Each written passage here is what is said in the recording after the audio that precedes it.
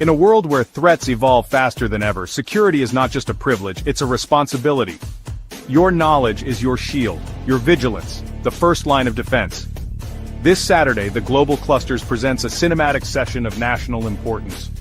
From the shadows of terrorism to the realities of local insecurity, from cybercrime to the safety of your own neighborhood. Our world is changing. Our response must be bold. Introducing Colonel Michael Gbenga Oshin, retired, a leader forged in the crucible of military and intelligence command. With decades of field-tested experience, Colonel Oshin delivers actionable insights and strategies you can trust. Learn how to protect your loved ones, your assets, and your future. Don't wait for danger to find you. Stand with those who lead. Be part of the movement that secures and empowers. Join us every Saturday at 9:30 a.m. West Africa time. Arrive with questions, leave with clarity.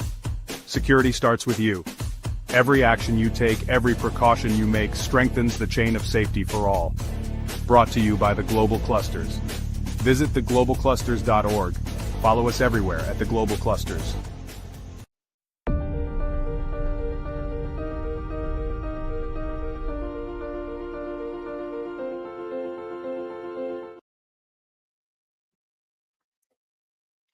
Hey, good morning, everybody. Good morning, everybody. Good morning, everybody. Yes, it is I.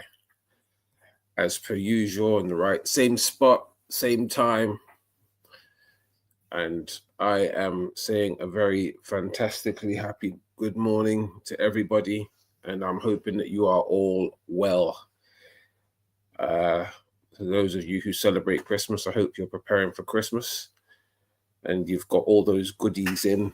And the kids are happy and they're all jumping up and dancing around the house because they are expecting, because that's what kids do.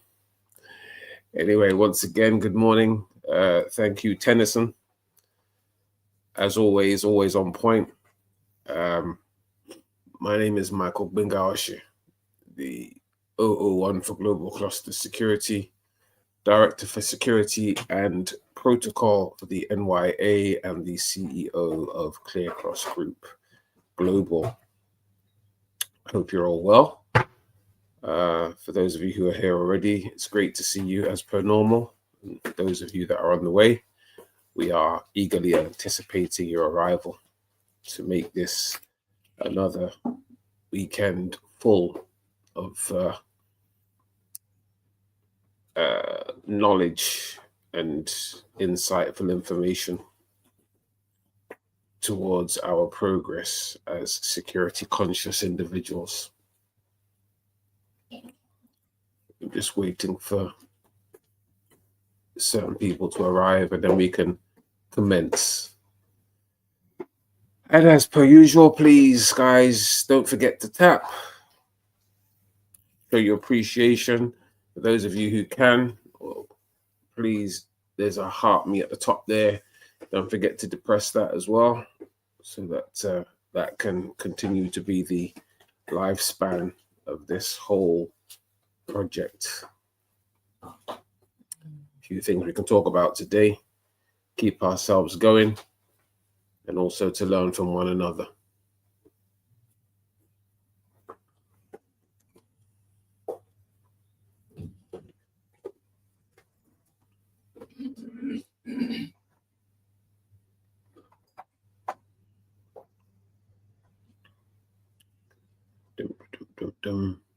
Another thing is, when you do come on, please, let us know where you're calling in from, so that we can welcome you properly. And anyone that comes in, if you haven't already followed someone, please remember to follow each other, and let's keep the love going. Mm-hmm.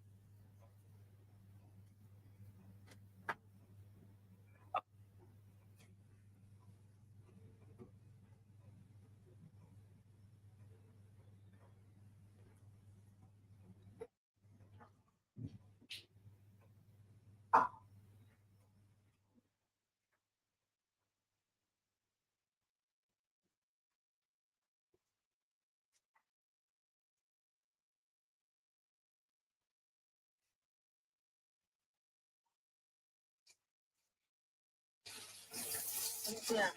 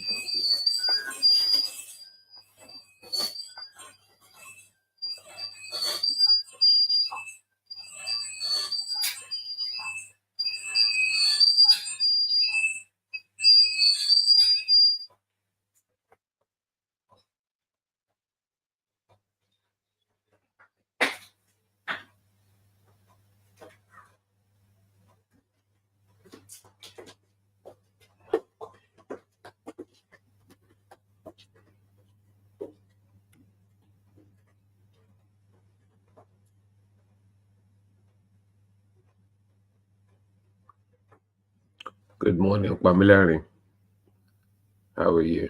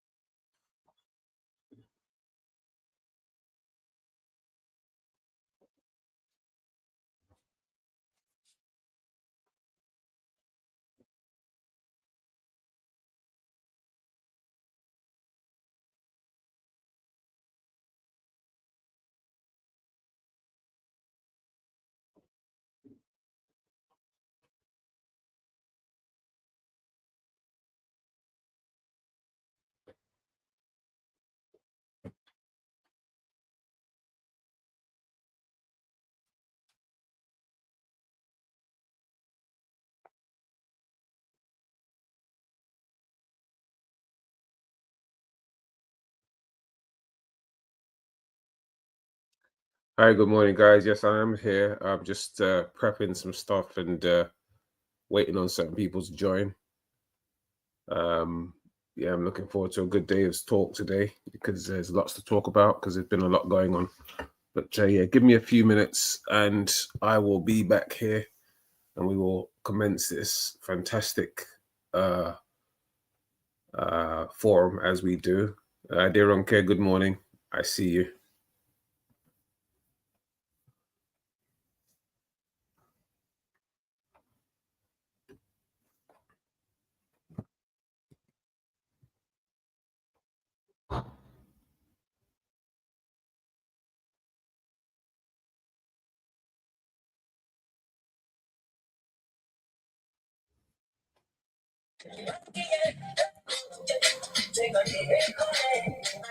Hi. Hey, good morning. How you doing? Yeah, I'm good, man.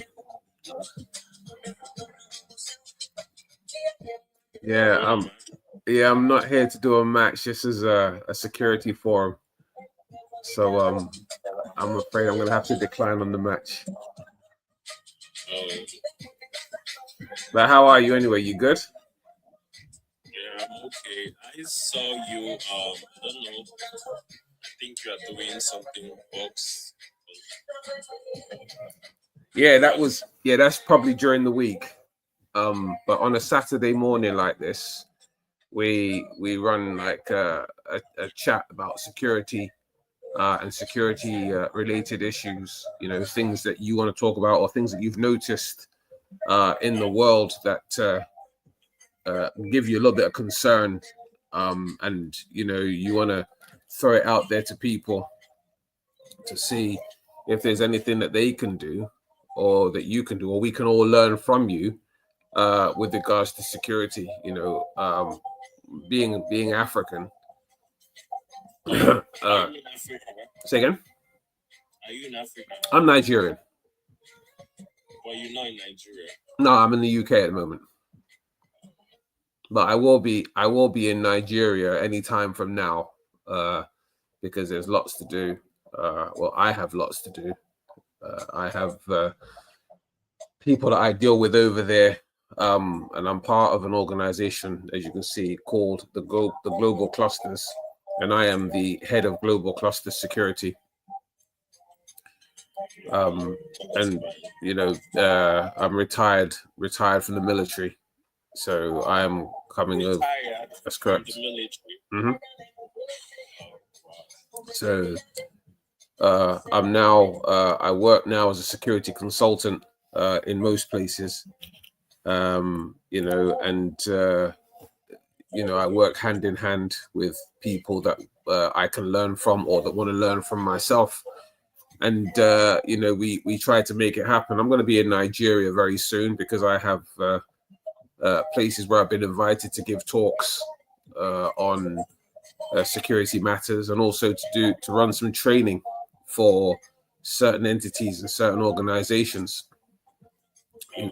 So, you know, like when I'm over here and I'm watching things on the news that are security related, you know, it makes for good topics. You know, I mean, people who are out in Africa or in Nigeria who want to talk, or they want to air their opinions or their feelings about the way things are being run over there in Nigeria or anywhere in Africa. You know, it's always good for people like myself who don't live in Nigeria but come to Nigeria regularly to know how people are feeling, and to see how we can try and implement change in Nigeria, you know, most especially to the way people think and the way people feel.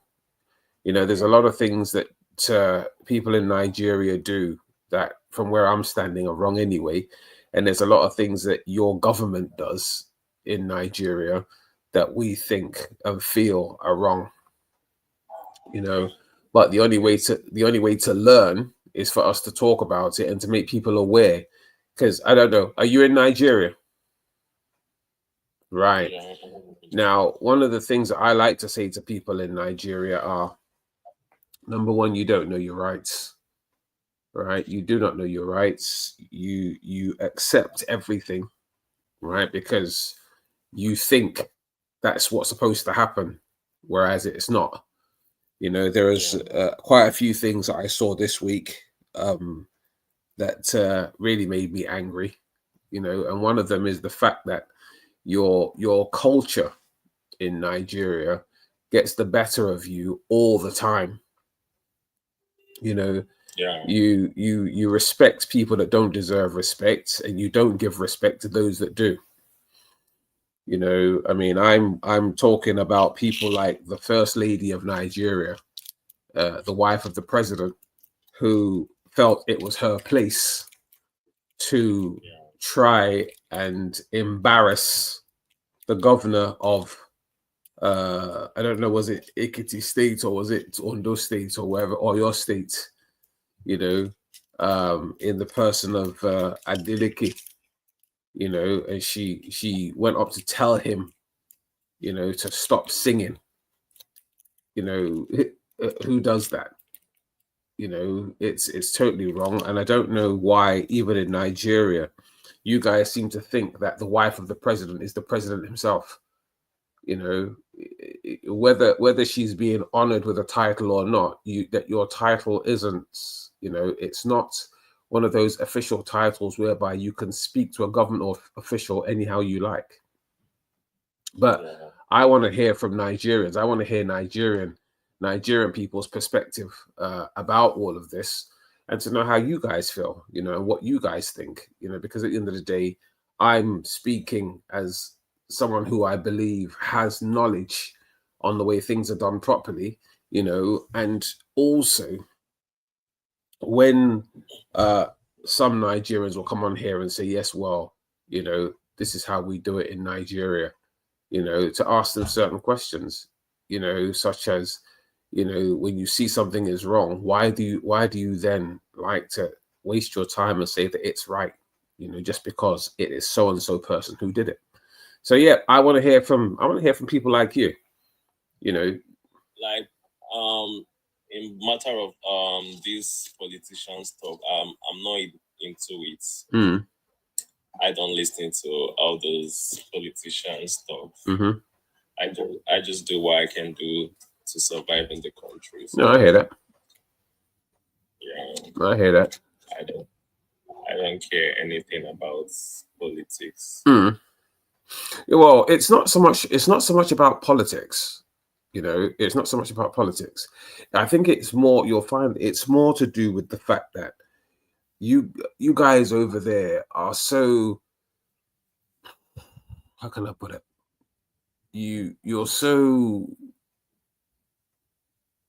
indoctrinated into believing that so and so is the wife or the child of, and so therefore I can't say anything. Do you understand? Right? Whereas if I was to walk into your house, right, where you live, right, and say to you, "Oh, bro, move over, man. I want to sit down." You know, and yet you know, whether you know me or not, but I come into your house and start telling you, "Yo, bro, move that thing out of the way, man." You know, or I want to sit over there, switch off the TV. You know, you would say to me, "But hold on a second, you can't come into my house and tell me what to do." Right?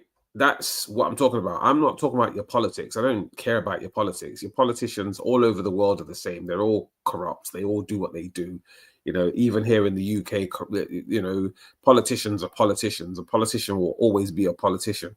You know, and as we say, a politician by any other name, right, is still a politician. No matter what you call them, they are still politicians. So let's forget that part, right? Let's deal with the fact that you've got a system in place in Nigeria, right, that to me is messed up, right? It's messed up, and you guys are accepting it, right, because you don't know any better. Yeah.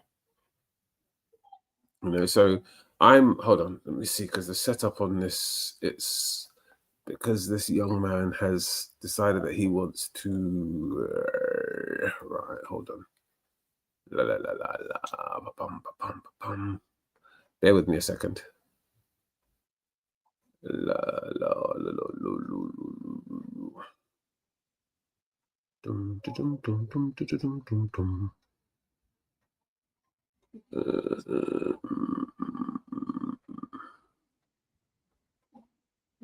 Right, I need to get out of this game mode and put it on multi-box.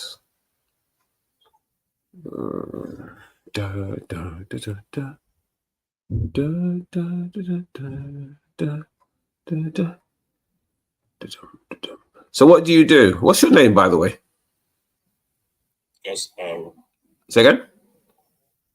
God's power. God's power, okay. So what do you do, God's power? I sell phones. Okay, excellent. Whereabouts? What, in Lagos? No, in Delta State. All right. Okay, excellent.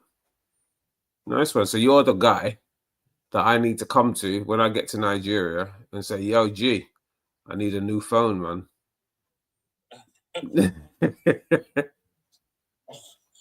Is that what you think? I don't know. I mean, come on now. I mean, I'm gonna come to Nigeria. You know. You know that over there it's even you that supposed to like be giving me phones because it's cheaper over there. But bro, don't get it twisted. It is not cheap. It's not cheap. It's kind of cheap. You know, it's kind of cheap because us getting it from there, it's kind of cheap. Yeah. Right. When you say it's kind of cheap, now here's a question for you. Right. If I wanted a new iPhone 17, that's the latest phone, how much would you sell one?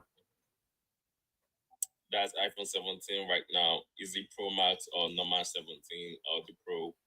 The Pro, okay, the iPhone 17 Pro Max. Yeah, the Pro Max is like 4 points. 4 point. Mm-hmm. Mm-hmm. That's how much it costs slightly more than that over here. Yeah.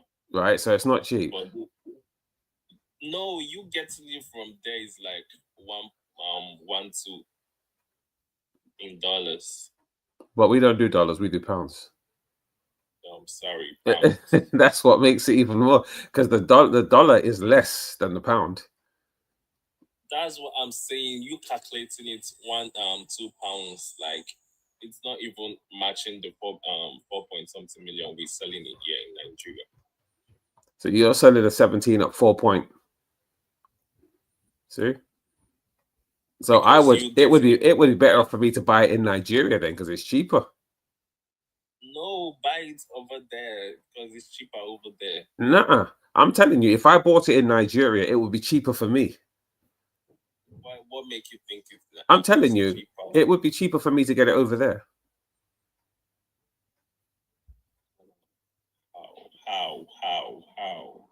How? Like I said to you, over here, right? A brand new iPhone 17, right? If I converted what it costs here to Naira, it's about close to 6 million Naira. So how much are they selling it over there? Over here, you can get a brand new iPhone 17 over here for, I think it's close to £3,000. £3,000? Close to. Because it's a brand new phone. It's only just come out. So if you're gonna buy one whole, right, it's 2,000 something plus VAT. So it comes to about almost £3,000. Well, it's kind of cheap. I don't know. I think UK is costlier. Yeah, UK is the most costlier place in the world. Everything that you want to buy, people over here always buy their stuff abroad anyway because it's cheaper. You know, like a lot of people buy their cars from the States, or they go to Europe and buy their cars and then bring them back over here because it's cheaper. Over here, right? Over here, like I drive a Tesla, right? And a Tesla over here, brand new Tesla, costs about almost £50,000. Wow. Yeah. Right. Now, if I was going to buy that same Tesla in America, right, you know, exchanging it and everything, it would cost me about almost £4,000. Jesus. Yeah. Yeah. So, you know, this place is expensive, very, very expensive. You know, even like, I mean, even properties. You know, when we're talking properties over here,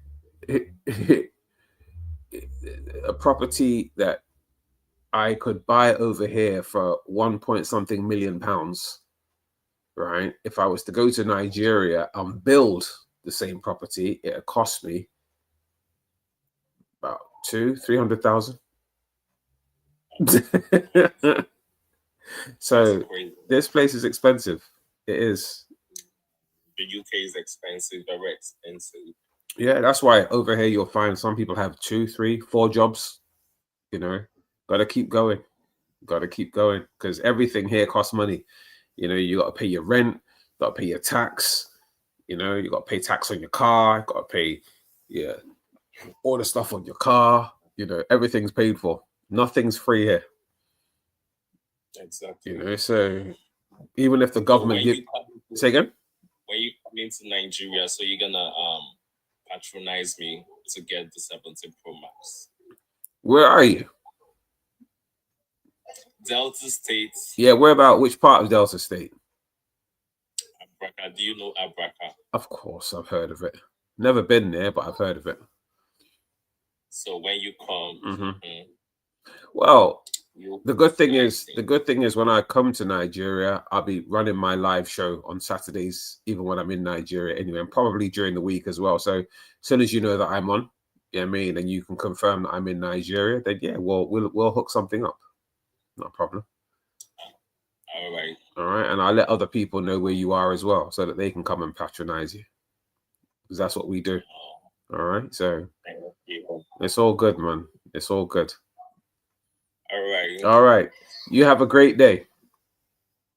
You too. Take care. My chat. Definitely. All right. Alrighty. Yeah, you too. Kenny Moore, good morning. How you doing? Yep. We're here as per. Good morning, Kenny Moore. And everybody else that's joined.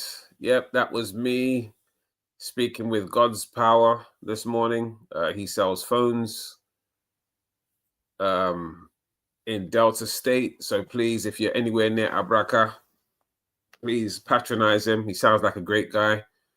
And we're here to build each other up. We're not here to pull each other down. So yeah, let's get out there.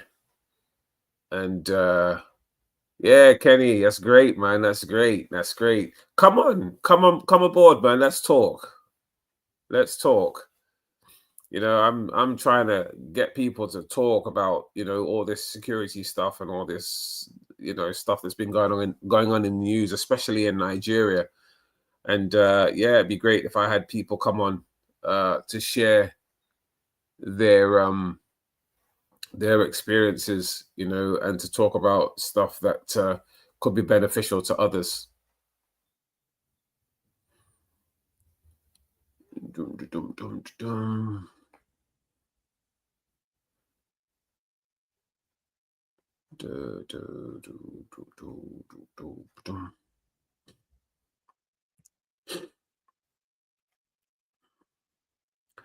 Yeah, and as you're joining on, please share this live stream, invite people in.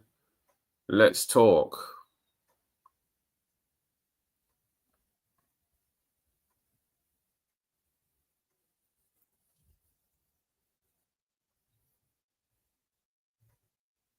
Yeah, thank you, Kenny. I saw that.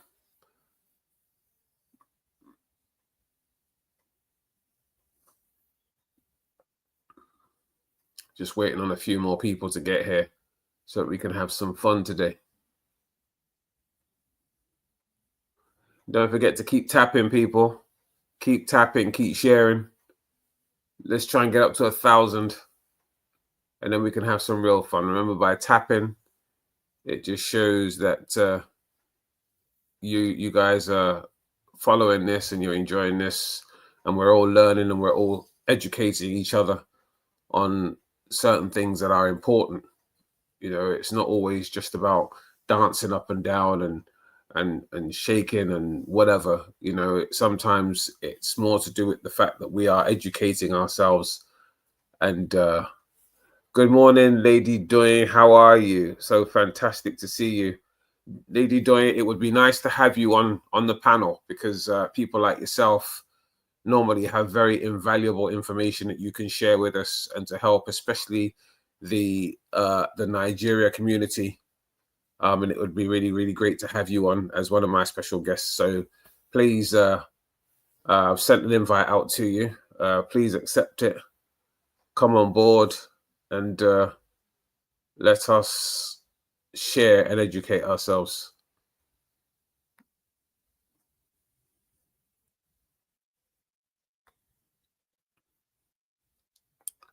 Uncle Sheyi Kayo, good morning, sir. Come on, come on.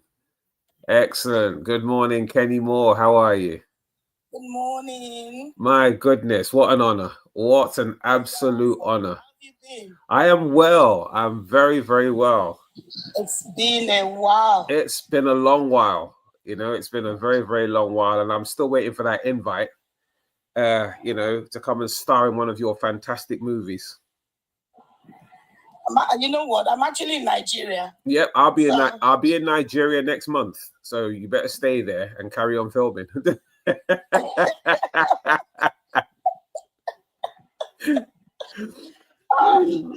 far, so good. You know, yeah, Nigeria is Nigeria.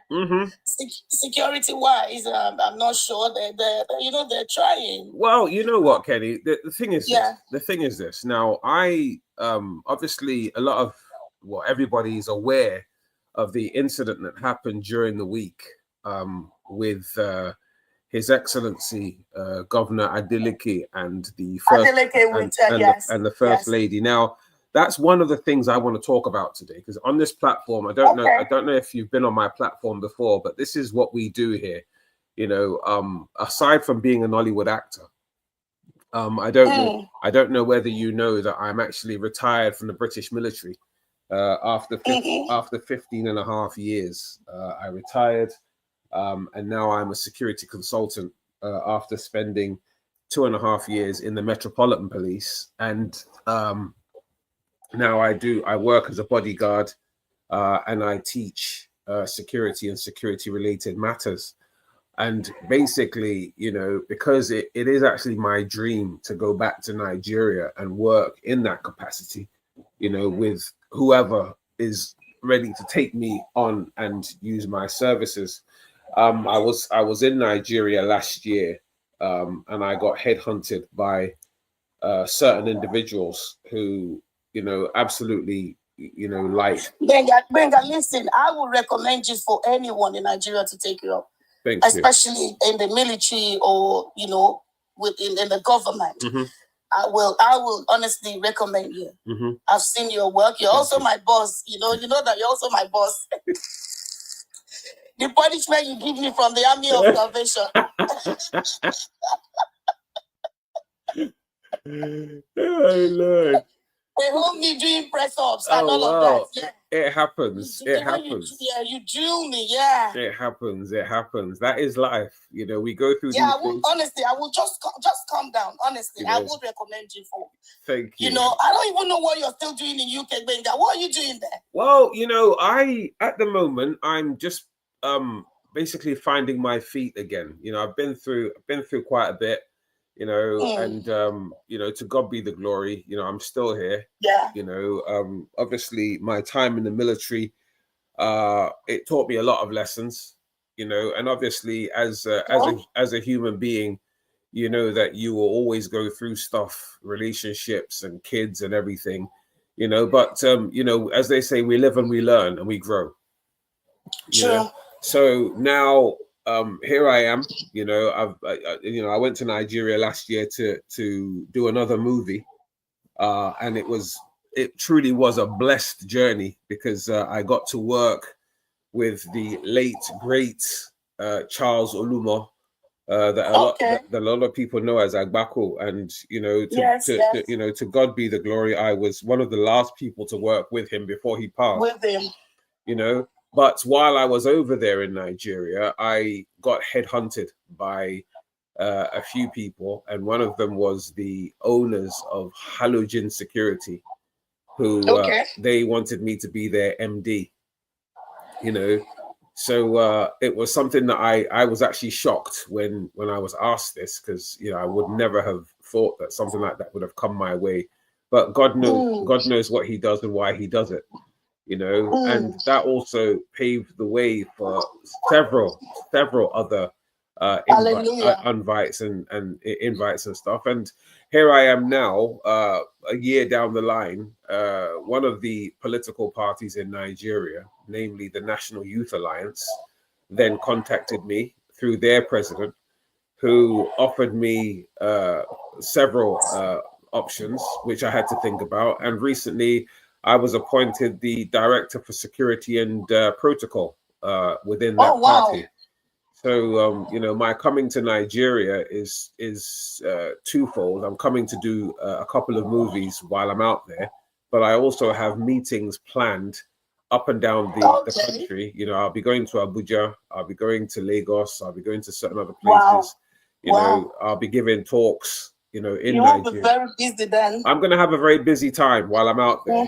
It's a working holiday, as I like to call it. But it's something that I've always wanted to do. I'm now in a position in Nigeria now where I can. It's not about being a politician and licking off the money. It's more to do. It's more to do with being a minister, a minister for change, and that, and that's, when His Excellency offered me the position, and he was calling me honorable, and I said to him, listen, the only time I regard myself as honorable is when I start work and I start making change. People need to recognize the fact that when you're put in a position, right, you are there to make change. You are there to effect change. Yes, exactly. And if you take up a position and all people know of you is that you're driving a fine car, and as a man, you've got a string of beautiful women that follow you everywhere, then you're not working. You're not working. So I want to come home and I want to do what I can to help my father's country, cars. Literally, those are not. Not your. What? I know you very well, Gbenga. So, driving a fancy car, or probably beautiful women around you. Yeah, but well, I can't help that, because God. You know, I can't help that. You know, it's oh Lord. Don't mind me, Gbenga. No. It is not more a holiday but work, man. Thank you so much, Jay. Thank you for that comment and compliment. Listen, Jay, you know, come on. You know, I'm inviting people to come onto this forum. I like hearing from people. You know, so Kenny, with regards to the First Lady and Governor Adeleke, what's your view on that? Okay, now I've seen several comments on the internet. Some were saying the First Lady shouldn't have addressed Governor like that.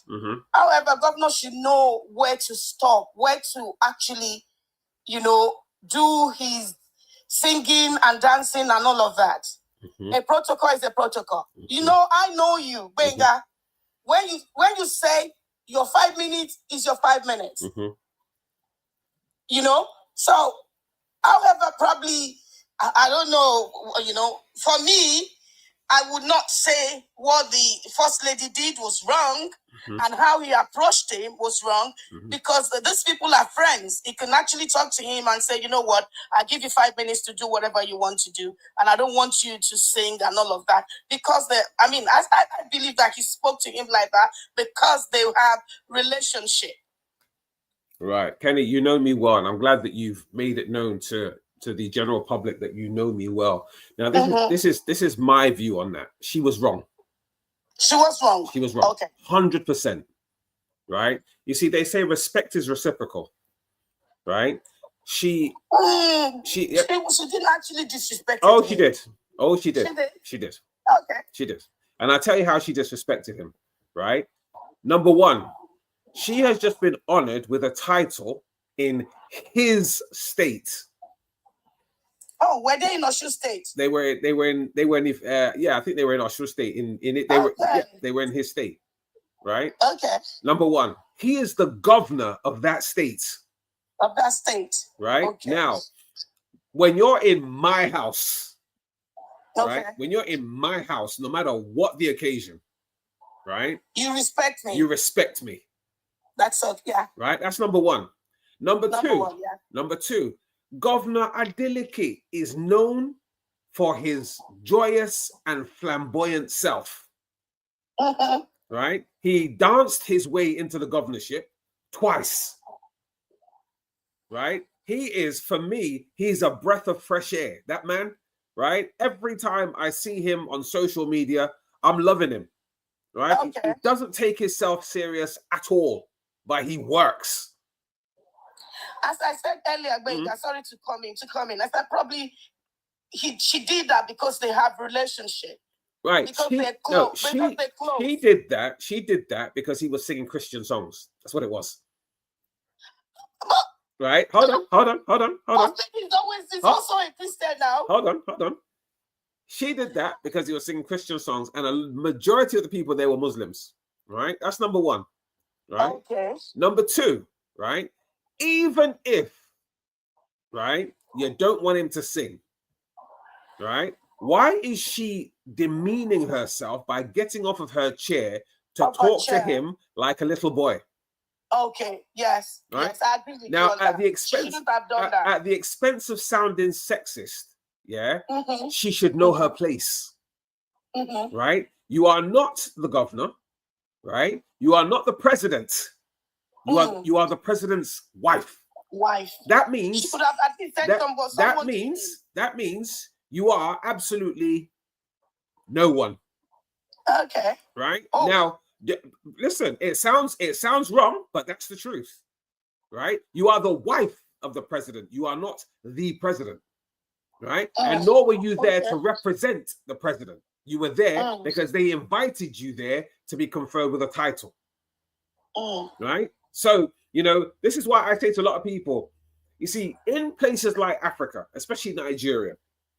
One second, Gbenga. Do you think politics is being played in there? Right, hold on. I'm coming to that. Okay. Now, what I say to a lot of people is this.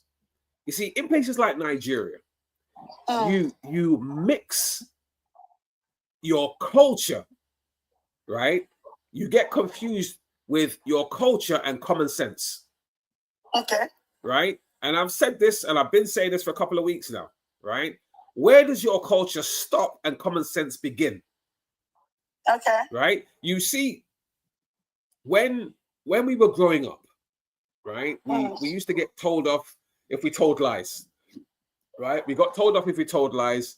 We got told off if we stole anything. Right? In fact, we got told off for anything. Right? But today, so long as you're bringing in money, no matter where you're bringing it from, people don't care. Sure. Right? Sure. Now, when you know, like someone once said to me when I was younger, when the grown-ups are talking, kids are supposed to be quiet. Sure. Right?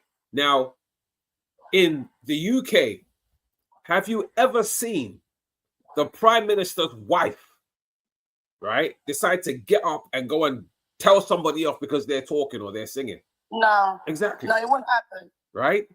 No. She wouldn't. Right? Number one, because of the fact that it goes against protocol. Right? Number two, right? Especially if you're in my constituency, you're in my territory, and you're going to come in here because you're listen, your president's wifeness doesn't play any part, right? When you're in my territory. You're only in my territory because we invited you here. Invited you there, yeah. Right? So you cannot come into my territory and then tell me to sit down and shut up because you want to do something. It's not going to happen. Right? If she was over here, the way you're actually explaining it to me right now, I actually didn't get it initially. You know, the way you're saying it now, I do get it. That's why I said to you that your culture, right, is trying to override common sense. Right? And a lot of people, I mean, I was watching Rise TV, and a lot of the guys on there, they got it right. They said, you know what? What is she doing? Right? And some of them could go as far as to say, who does she think she is? Right? Even if she's a senator in Nigeria, right? Even if she was, right? She was, but she isn't. At the moment, no. Right? She was, and even if she was a senator, she's still under the governor. Right? By hierarchy, when we look at hierarchy, a senator is not the equivalent to a governor. Okay. Right? A senator comes under a governor. Right? The governor governs the whole state. That's his territory. Okay. Right? That's his territory. You cannot come into my house and tell me how to do my stuff. I can walk you out. Right? This is common sense. Right? Number one. Number two, that family is not really in a position to be trying to correct people. Right? You've got a lot of things. I mean, there's a lot going on in Nigeria at the moment that is absolutely killing security. Right? You've got the son of the president, right? Who's got more bodyguards than Michael Jackson. Wow. Right? The guy's going to an event. You've got 3/4 of your police force following him. You've got 3/4 of your military following him. You've got the NSO, the DSS. You've got the NSCDC. Everyone following one boy who is a nobody. Sure. Right? He's a nobody. Sure. Right? And I would go as far as to say that is not necessary. No. That's what I'm saying. You know, I would go as far as to say he's a nobody who's eating up all your resources in Nigeria, right? Whilst at the same time, right, playing away abroad, doing nonsense. Right? And trying to wheedle his way into becoming the next Lagos state governor. Now, it's not going to happen, though. Well, babe, listen, let me tell you something, right? You see, this is why I said to you, people like myself are putting it out there, right? If you are a true patriotic Nigerian, right, or an African for that matter, right, look at the right and fight for it. True. Right? And I've said to a lot of people on this platform on a Saturday, the problem with you guys is you don't know your rights. You don't know your rights. I don't know, you know, whether you've listened to some of my broadcasts. I mean, I was in Nigeria last year. I had a few incidences with the police, you know, and I quite enjoyed myself, you know, because it was fantastic. You know, I had a few incidences with the police out there. Some of them tried to intimidate me, you know, and obviously, as you know me, you know, I don't get intimidated like that. You know, I don't play those games. You know, I do not play those games at all. I can't be intimidated by your police in Nigeria because a lot of them don't even know what the job is. They've just got the uniform on. Exactly. You know, and there was a video that had been trending before I went to Nigeria of a police officer who slapped a Nigerian citizen because he wouldn't give him any money. And when the guy questioned why he slapped him, he then hit him with a stick. You know? So it trended for a while. You know, obviously, I know that police officer was eventually sacked from the Nigerian police force. But he was only sacked because people, you know, it went viral. You know, it went viral. Anyway, to cut a long story short, I was on my way to Ijebu for my cousin's wedding. And I was in my uncle's vehicle, right? My uncle is a barrister in Lagos, he's a very well-known barrister in Lagos. And his vehicle was adorned with stickers for the Nigerian Bar Association, right? Now, as a policeman, when you see stickers like that on someone's vehicle, right? Obviously, you should know that the vehicle belongs to someone who works. Sure. Now, you stopped the vehicle and you said to the driver to get down. I was actually asleep because I was in the vehicle with my sister, and we were going to this wedding. You stopped the vehicle. You told the driver to get down, as they do, and you proceeded to ask him for his vehicle documents, which he gave you. And then you said to him that his name on the driving license and the name on the vehicle are different. And he said, yeah, I know, because it's not my car. It's my boss's. He said, well, go and call your boss to come down here and verify himself. Now, I'm in the vehicle and I'm asleep. And my sister, who obviously knows the kind of brother that she's got, you know, she said to the driver, shall I wake my brother up? And he said, no. Yeah, he said, shall I wake my brother up? And she said, no, don't wake him up, you know, because if you wake him up, there'll be trouble, you know. But anyway, I woke up because I suddenly realized that the car isn't moving. And I woke up and I said to my sister, where's the driver? She said, oh, the police have called him over there and they're interrogating him. I said, for what? She said, you know, she told me that the police officer said that he said that the vehicle documents and driving license have got there. I said, so I thought, what kind of stupidity is this? You know? So I got out of the vehicle, and as I got out of the vehicle, I noticed that there was a police officer our side, and there was the driver and the inspector, as I like to call them. They call them DPOs in Nigeria. I don't know why, you know, but the DPO and the driver were that side. Anyways, as I got down, I noticed that the guy our side had an AK-47 strapped to his chest. And he had this very long stick that he was walking around with. So I said, I got down out of the vehicle. I said, oi. And he looked up at me. I said, yeah, you, I'm talking to you. Come here. And he said, what? I said, yeah, come here. Why am I still here? You know, why have you stopped my car? He said, go and ask him. I said, no, if I wanted to ask him, I'd ask him. I'm asking you. Oh, ask him, yes. Right? So anyway, he walks over to me, you know, bold as brass. You know, because he's got a stick in his hand. He's got an AK-47. And I said to me, I'm going to ask you again, why am I still here? He said, this, that. I said to him, bro, listen, give me back my vehicle documents and let me get out of here. And his face changed, you know. And he said something to me. And I said to him, bro, you got two choices. You're either going to slap me or shoot me. Right? I said, but here's a word of advice. If you move your hand, or if your hand so much as twitches, I'm going to drop you. Right? And he thought long and hard, and he turned around and he walked off.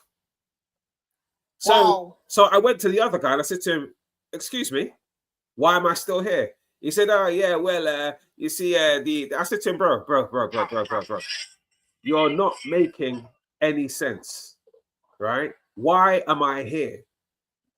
He said, oh, yes, well, sir, you know, the vehicle. I said, oh, so you want the owner of the vehicle to come down here? I said, we are in between Lagos and Ijebu, right? The owner of the vehicle is at church in Lagos, right? He's a barrister, and you want him to come down here because you want to clarify who owns the vehicle, right? Right? I said to him, I'm the nephew of the owner of this vehicle, right? And as you can hear from the way I'm speaking to you, I don't live in this country, right? So give him back the documents and let's go. So I know it doesn't work like that because, you know, there are many. I said to him, bro, listen, you're chatting rubbish. Yeah, just give me back my papers, right? And then he started getting real. I said to him, bro, you do realize that you're not speaking to a civilian here, right? I am not a civilian. I said I didn't really want to identify myself to you, but obviously I'm having to, right? I am not a civilian, right? And I told him who I was, and he said to me, "Oh, so why didn't you say that first?" I said, "That's got nothing to do with it." I said, "You're not doing your job, right? Because there's no crime committed here, right? You are actually perpetrating a crime right about now." I said, "So now you've got exactly 5 minutes to give him back the papers, or else I'm going to take action, and you're not going to like it." Right? So he gave back the papers, and it just made me wonder that, listen, if Nigerians knew their rights, right? If Nigerians knew their rights, people like the First Lady wouldn't go around throwing herself around as if to say she was God Almighty, right? Listen, Kenny, you've been to the UK. You know how things are done over here, right? Yes, we have our issues in the UK, but listen, everybody's got rights, right? Everybody's got rights. And as I said on this same platform, you know, I've been saying it for weeks, a police officer has no right to slap you, no matter what. Absolutely not. Right? No. A police officer shouldn't even be carrying sticks around to beat you with. Sure. Right? Now we're not in the 20, we're not in the 18 you're not in the 18 anything, right? And one of the things is this. That's right. They use it on people. Now, one of the things is this, and I say this to a lot of people, is this. Now, people talk about the abolition of slavery, right? People talk about racism. And I've been heard telling people this a lot. Like, listen, stop talking about slavery, stop screaming about racism.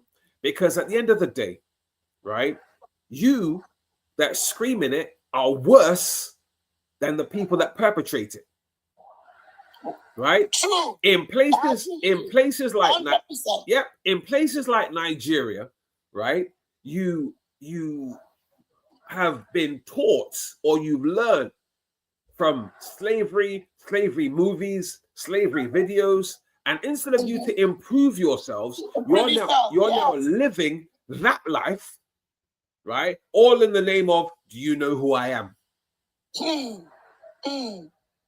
Right? Now we're living in a Nigeria where security is belittled, I'll call it. Right, I'll say security is belittled because if I said to, I mean, and here's a funny story for you, Kenny, and this one you'll like this one. When I was in Nigeria a few years ago, right? This was before a lot of people got to know me in the world of security. I went out with some friends in Ibadan. And when we were out, we were obviously on at a table with a lot of our friends who were like bank managers and the like, you know, masters of industry, and a load of women. And where we sat, you know, I was sat next to this beautiful young lady, and we were talking, you know, and obviously I like asking questions because I like to stay safe. And I said, "Oh, so what do you do?" She said, "Oh, I work in a bank. I'm a banker." I said, "Oh, fantastic. You know, that's really good. You know, which bank?" And she told me, and she was really proud. You know, "I'm a banker. You know, I'm a." So she said to me, "Oh, and you, what do you do?" I said, "Oh, I do security." And her face changed. She's like, "You do security?" I said, "Yeah." She said, "So you're just a common security guard?" I said, "Oh, thank you." Oh, come on! Right? Hold on. You haven't heard the best part of the story. So how much was she earning that said? Oh, bro, hold on. This is the best part of the story. So she said, "Oh, so you're just a common security guard." Now her boss was there with us, and he started laughing because he knows me. So I said, "Yeah." I said, "I'm a common security guard." I said, "Unfortunately, you know, I don't work in a bank, you know, but yeah, I do security." I said, "It pays my bills." I said, "So you're a banker?" She said, "Yeah." I said, "So how much do you earn?" Wow, great. Right now, we're talking 2012. You know, we're talking 2012 here. You know, she said, "Oh, you know," she was actually proud. She said, "Yes, well, you know, I'm earning 80,000 naira a month. You know, blah blah blah." So I said, "Oh, I said that's really good." I said, "You know what? I'm proud of you, man. Kudos." You know, she said, "Yeah." So you know, and how much? I said, "So you know, 80,000 naira a month. That's fantastic." Now, obviously, you guys know how we behave, right? Now we're at this, you know, we're at this joint. You know, we got a table full of drinks, and I'm not talking Star, I'm not talking Guinness, I'm talking Hennessy, I'm talking Remy Martin, you know, bottles, right? You know, right, you know, we're talking bottles. Bottles, so, you know, the whole place is for everybody's got their cups out, they're pouring their own shots and having a great time. Those are going to drink minerals or drink, but it's got a table full of drinks. So I said to her, "Well, you know, the fact that I'm a common security guard," I said, "maybe, you know," and I ordered most of these drinks, you know, and she looked at me funny. So I said, "So maybe, you know, the banker will pay for the drinks."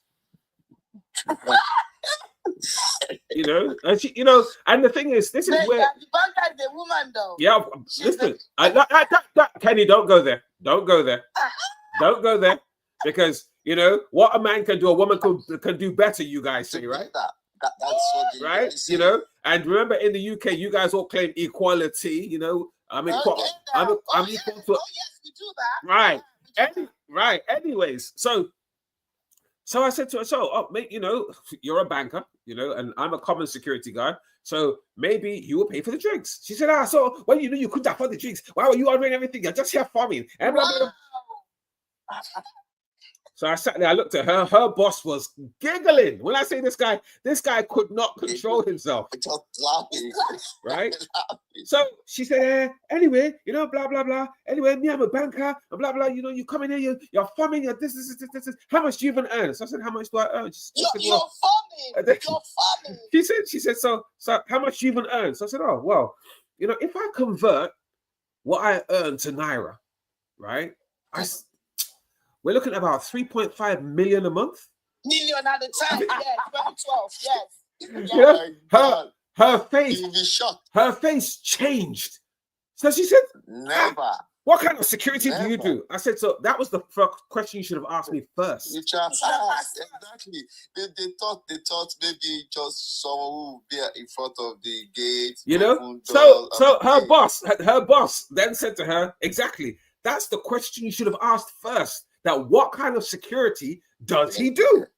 Excellent morning, everyone. Good morning, Master Genie. How are you, sir? Good morning, sir. I'm very good, sir. How are you too? Oh, very well, thank you. I'm glad that you're here. You're looking very well. Bro, listen, man. It's the glory of God. It is the glory of God. Thank you. You know how we do on a Saturday morning, man.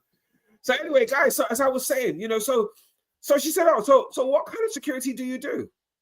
I said to her, "Well, you know, I'm a high-end security person. Right? You know, after 15 and a half years in the military, you know, and I've got qualifications in security that you can only dream about. So I'm actually a criminologist, you know, who does security." So she said, "Well, you didn't tell me." I said, "You didn't ask." Right? And this is and this is me going back to what I said earlier on about culture, right? You're so in Nigeria, you're ignorant to the point where you're all about status and labels.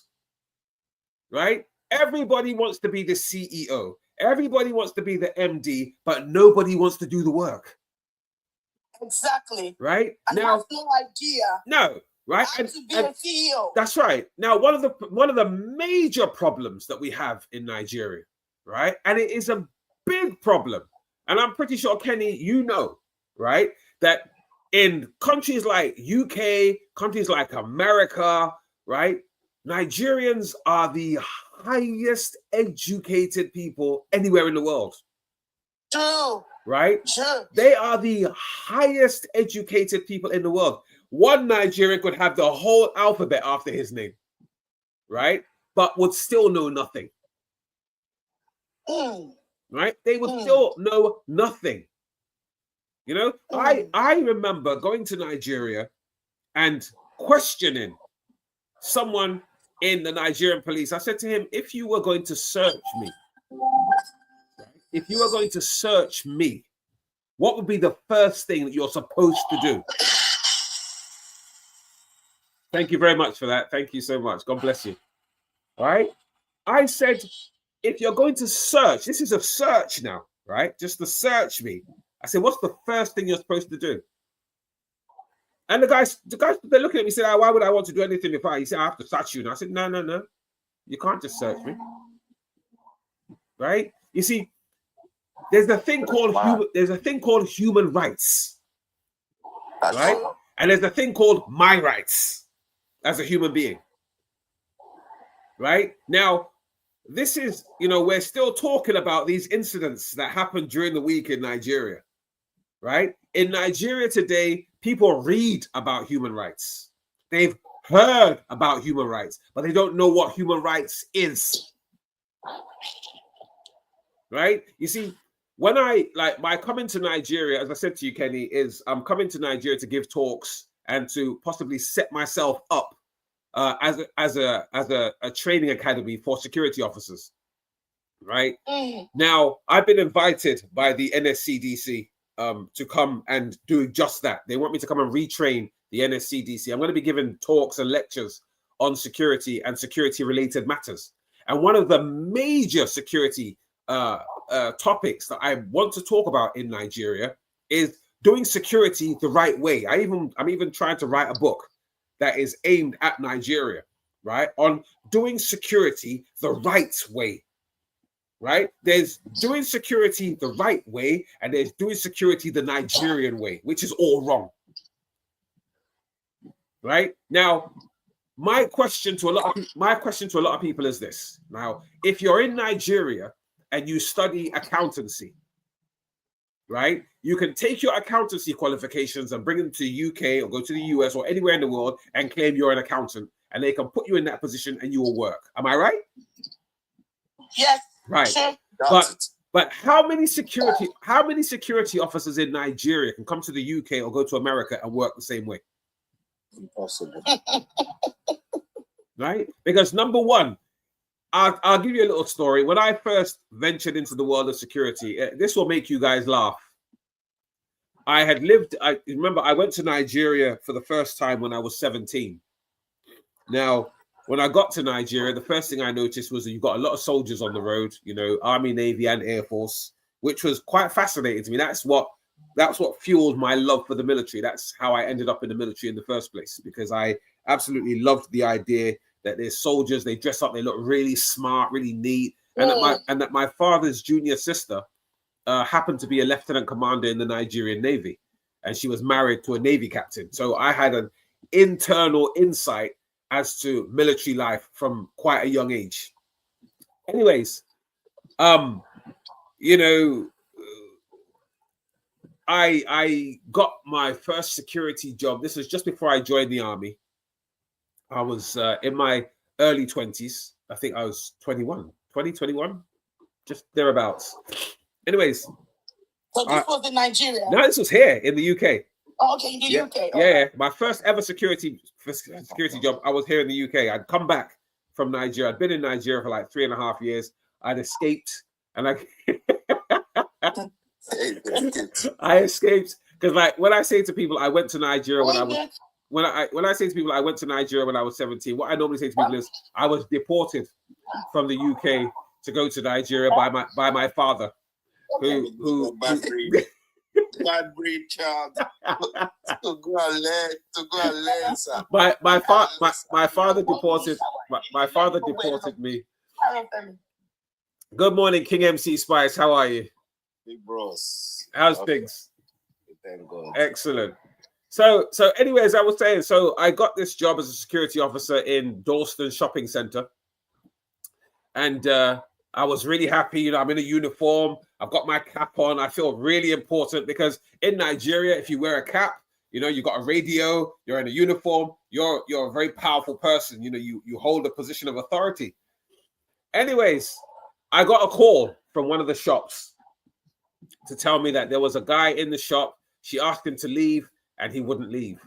So I'm security. I've walked in there. You know, in Nigeria, when you're security, you know, if you talk to people, they don't listen to you, you deal with them. So I thought, fine. I walked into the shop. I said to the guy, listen, she asked you to leave. So get out. And he said, you can't talk to me like that. So I slapped him. I slapped him and I slapped him bad. And the woman who called me looked at me and said to me, what are you doing? I said, but you asked me to come and get him out. He said, yeah, but you can't slap him. You can't beat him up. That's not, you just assaulted the man. I said, but you called me. I said, you didn't want me to do this. Why did you call me? Anyway, the police were called and the police officer looked at me, you know, young security guard, right? And, you know, he asked me some questions. Obviously he found out I was from Nigeria and he laughed. Gbenga, hold on. You were coming with the Nigerian mentality then. Exactly. Exactly. Right? This is why I said earlier on, a police officer has no right to slap you. Absolutely. Right? A police officer has no right to slap you. In a working country. Right? Anywhere in the world. In a working country. Right? They have no right. Can I interrupt? Yeah, of course you can. All right. So, I've been listening, you know what I mean? And I in my head, I'm thinking, you're comparing Nigeria to the UK. Like, all right, I'll give you an example. It was me and your friend that went to Nigeria at the time for my sister's wedding. And I remember clearly that night we got stopped. It was my driver's fault. He was on the phone right next to the police officer. But because it was in an official car, he didn't care. Do you understand? Anyway, the guy pulled us over and he came out the car. It was the junior officer that came out first. So they talking and it was like, the driver was like, look, I'm taking the commissioner's family home. Do you understand? And he's like, they'll say they be commissioner people. So now the senior officer came out the car and he cocked his gun. But Ashola was like, hey, Papa, please don't say a word because first time in Nigeria, my British accent is strong as hell. So I was shitting bricks. And this is how these guys are. As you do. The officer was drunk as hell. Now, is that somebody that's drunk? Someone that's drunk. Is that who I'm going to talk to like a reasonable person that's going to hear me? That it didn't pull the trigger. Oh, I need the moment he cocked his gun. Now, bear in mind, my brother's daughter was in the car with us. I'm shitting bricks that we're all gonna die today. Like literally. And my brother's like, don't talk. Because I was like, if it's money they want, I've got money, I'll give it to them. Exactly. You know what I mean? You know, he said, no, if you speak English, you will pay more than normal. Anyway, long story short, the driver he got on the phone and this was straight bullshit. Okay, commissioner, they don't stop your family or they didn't call anybody. And the moment that officer heard that, they go. And this is how they do. They're not reasonable people. Right. I'm sorry. Right. Can I just stop you there? Right now, you see, this is the reason why things like that happen in Nigeria is because of the fact that, like I said, a lot of people, even you UK or we UK types that go to Nigeria and have heard all the stories in the world. Right now, let me flip that script for you. I was in Nigeria last year. I don't know whether you heard the story that I told earlier on about me going to Ijebu, right, in my uncle's vehicle that had Nigerian Bar Association plastered all over it, right? Oh, wow. And the guy tried to intimidate me because he had a stick and an AK-47 strapped to his chest, right? Now, I basically walked over to him and said to him, bro, you got two choices. You're either going to slap me or shoot me, right? But if your hand twitches, I'm dropping you. Right? You see, one of the things I've learned, and probably this is because of my military background, is if you show a man your weakness, he will work on that. He'll work on it. That's standard, though. Right? Listen, let me tell you something. Whether a man is drunk or high as a kite, yeah, right? He knows when to sober up and to sit down and shut the F up. He knows. Right? You know, like when a dog, right? When a dog approaches you, the dog knows when you're scared. Right? When a dog approaches you, a dog knows when you're scared. And the dog will work and, you know, it will operate off of your fear. Right? But if you're bold as brass, let me tell you something, right? I mean, come on now, you're one of us, right? You're a UK cat, right? You speak your English. If you speak your English boldly, they will sit up. Yeah, because they don't know who's picking right? you know. I haven't met a police officer in Nigeria yet. Right? And they're speaking that English. We even have said that more. It does. It does. It does. But here's a joke for you, right? A few years ago, I was in Nigeria. The car got stopped, and I had one of those stubborn police officers that you're talking about. And I said to him, "You know what, bro? It's not even worth arguing about. Here's the keys to the vehicle, right? Everybody, get out of the car. We're gonna walk, right? And you're gonna beg me to take those keys off of you." Right? That conversation died right there. He was begging me to take the keys. Like, no, take your key, and go. You understand, right? Reverse psychology is so easy on Nigerian police. Not every one of us. Trust me, sis, right? Trust me. It's so easy because of the fact that they know they're not doing their job. I have my way of dealing with them, really. Yeah, Kenny, I know you have your way. You open your purse or your wallet, or you're Kenny Moore. You understand? Yes. Right? You're Kenny Moore. Who's going to mess with Kenny Moore? You understand? Right? Even my quietness in the car. Exactly. The police are shivering. Exactly. They don't know who that person is in you the know? car. I mean, that's the one thing I learned quickly. Mm-hmm. And I learned this. It was in Ibadan the first time, and I was smoking. Mm-hmm. And around the time they banned smoking in Lagos, Mm-hmm. you understand, smoking on the street. Mm-hmm. So I was smoking in Ibadan. I thought it was the whole of Nigeria. Mm-hmm. Anyway, long story short, my friend was saying to me, as soon as I saw the police, I started panicking. I threw my cigarette on the floor. Mm-hmm. And why? Number one, look at you, how you're dressed.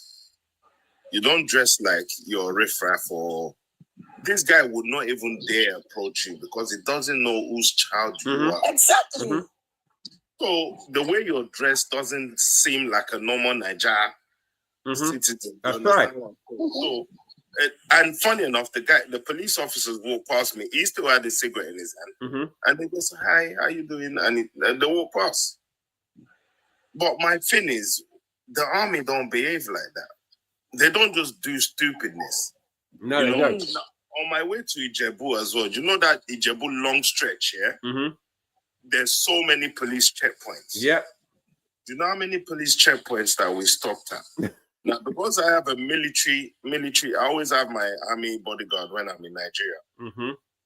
Like, they don't say much to us. Do you understand? But one particular one wanted to give us problem. You know, anyway, by the time my army guy spoke to him, he calmed down. They even offered us a book. Can you imagine? Offered us to buy a book if you want to buy a book. But by the time we got to a checkpoint, a military checkpoint, no word of a lie.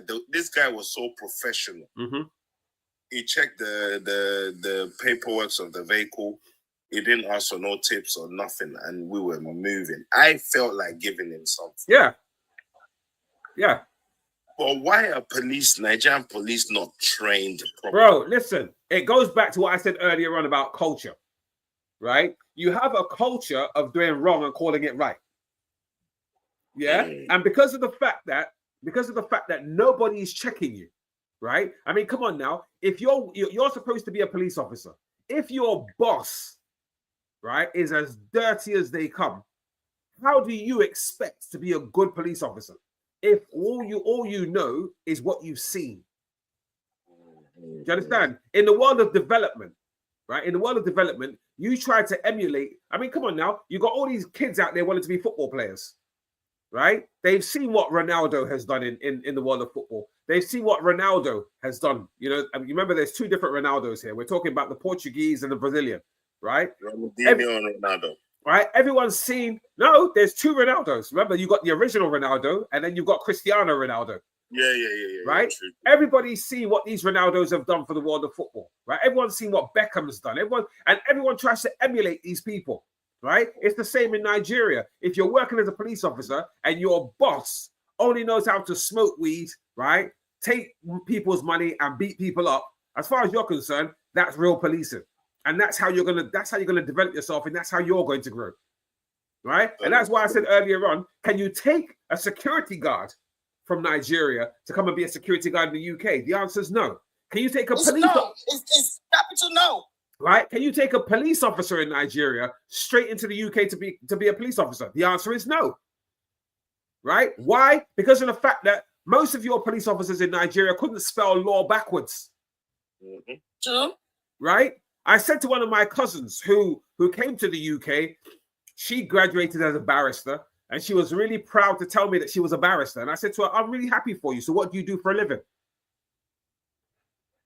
Right? She looked at me funny that I just told you that I'm a barrister. I said, I heard that. I said, but what do you do for a living? In the UK. No. In Nigeria. I said, what do you do for a living? She said, but I'm a barrister. I said, yeah, so what do you do for a living? And her father was sat there. He said, but Gbenga, you heard her tell you that she's a barrister. I said, yeah, I heard that part. I said, but what does she do for a living? Right? And they didn't get it. Right? They didn't get it until I said, well, you live in a country that has no law. And as far as I'm concerned, barristers practice the law. Right? So if you live in a country that has no law, what exactly is it that you do for a living? Right? You've got the title barrister. I said, you know what it means when someone says they graduated from university as a barrister? He said, what? I said, it means you can answer questions. It doesn't mean you know the job. Right? It's like people in my field who tell me that they've got close protection licenses. They've got door supervisor licenses. That basically means I set you a test of 100 questions and you pass through the pass mark. It doesn't mean you know how to do the job. You don't have the experience. Right? You don't have the experience. I've seen so many guys and girls who, when they graduated from military training college, right? The first time we went out on exercise and they heard a bang, right? They were disorientated and they walked the other way. Right? And I say this to a lot of guys, just because you're tough in your hood doesn't mean you're tough. It means that people think you're tough. Right? Until you're faced with a situation. Right? Like Mike Tyson said, right? Everybody's got a plan until you get hit. Right? Now, in Nigeria today, unfortunately, our people are suffering. Right? They're suffering because the government is ignorant. And they're suffering because they too are ignorant. But especially they too. Yeah. I don't think they're suffering. I swear down. Nigerians they're loving what they get. Bro, yeah, that's the point that I'm making. Thank you. That's the point that I'm making. Right? They are comfortable in their suffering. They are, or as Fela called it, suffering and smiling. I'm smiling. Right? You're suffering and smiling. Right? Now, why? Let's hear other people's opinion about Governor Adeleke and yes, good point. Good point. Well made. So I'm gonna call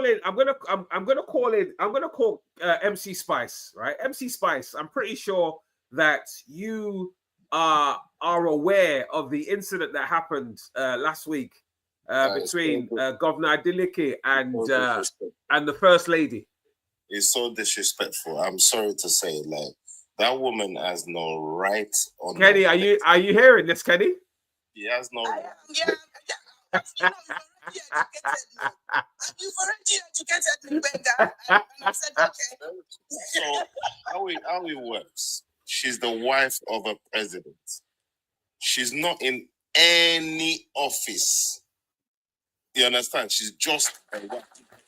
Like his son. But that man, so you don't too much. No. The reason that man was elected into that post was because of the way he's on too much. Okay. His people love him like. I'm from Oshin. I'm from Oshin State. You understand? Oshin people love that man because they see him as a joyous person. Kenny, what did I say earlier on? He looks after them. Yeah, you did. Gbenga, I told you, you've already educated me. The man has practically earned the right to sing whenever he wants to. You're right. Yeah. He does. Yeah. Does, you know what? Out of majority of the governors, he does what he's supposed to do. Exactly. Exactly. You understand? And the people love him. Let's be frank. Now, I'm sorry, the wife of a president has no. It's like Michelle Obama telling the one of the state's governors to be quiet. Exactly. No.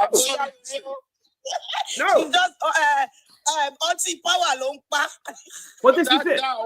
And that's the thing that's killing our generation right now. Let's be honest.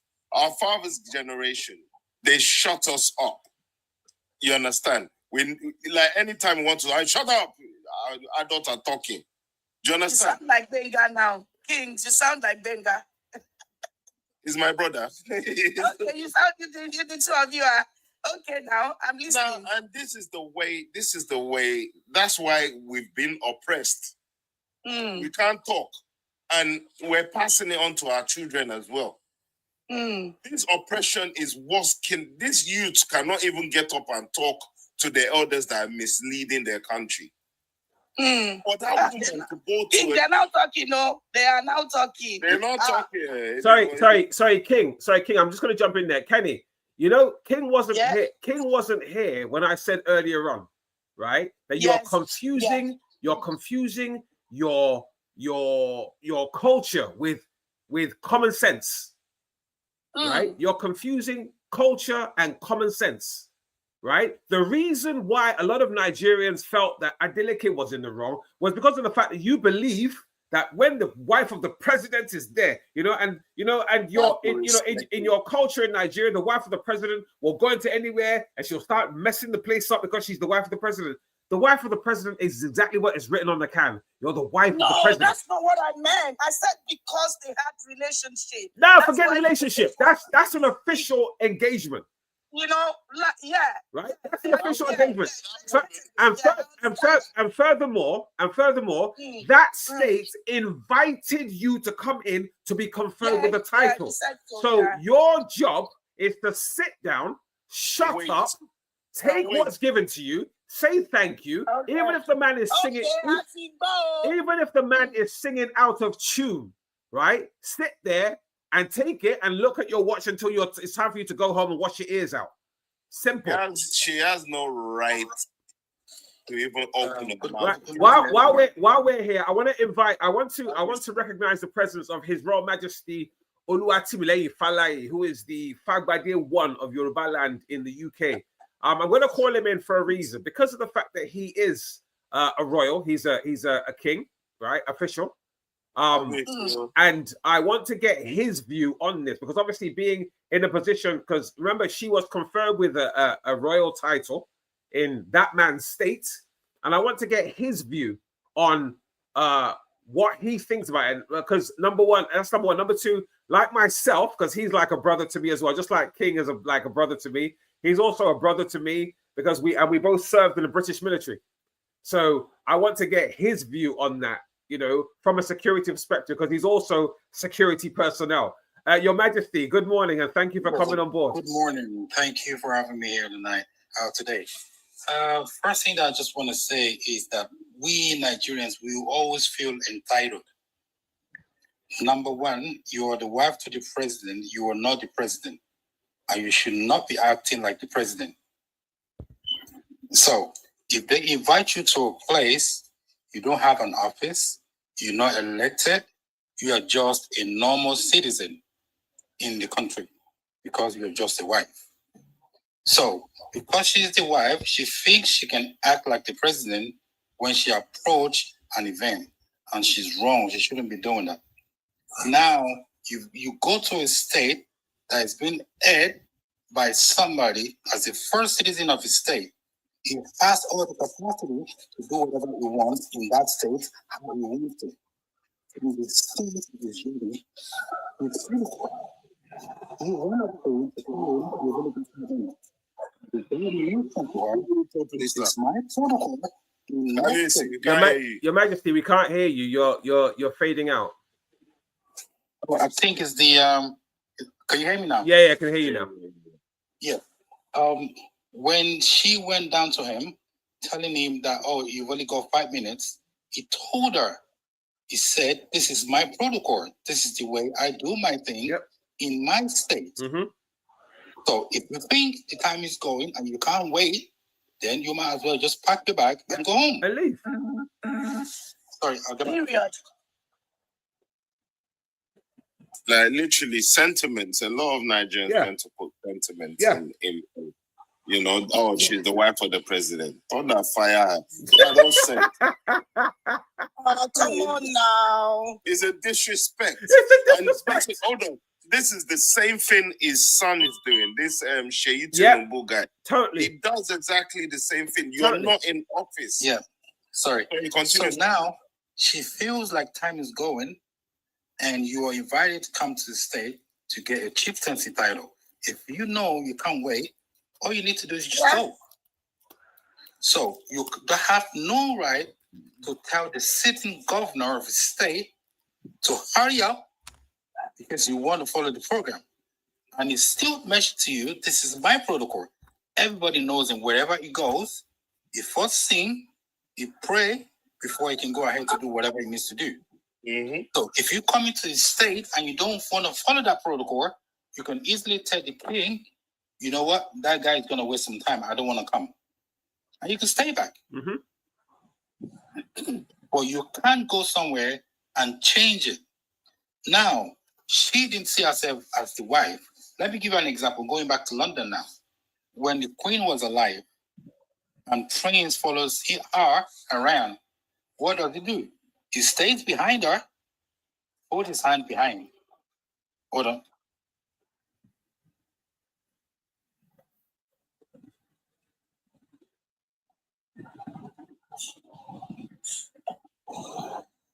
Going back to what we were saying earlier on, a lot of Nigerians leave Nigeria to go abroad. But the question is, what do they learn? And what do they take back home? Apart from to show off the fact that they've got a bit more money in their pocket. You know? Yeah. And this is one of the... Oh, yeah, sorry. Carry on, sir. Yeah. The thing is, a lot of people need to be educated. A lot of people are not educated. And that is the reason why they're doing things wrong. They feel they can do whatever they want. No one's going to challenge them. Now, like I said earlier on, when the Queen is going somewhere, the husband stay behind.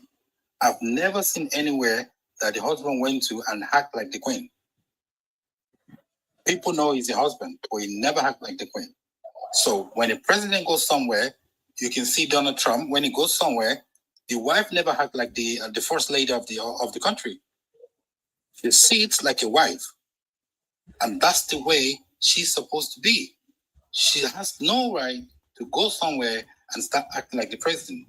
And that's the reason why the son is doing the same thing. He's doing the same thing.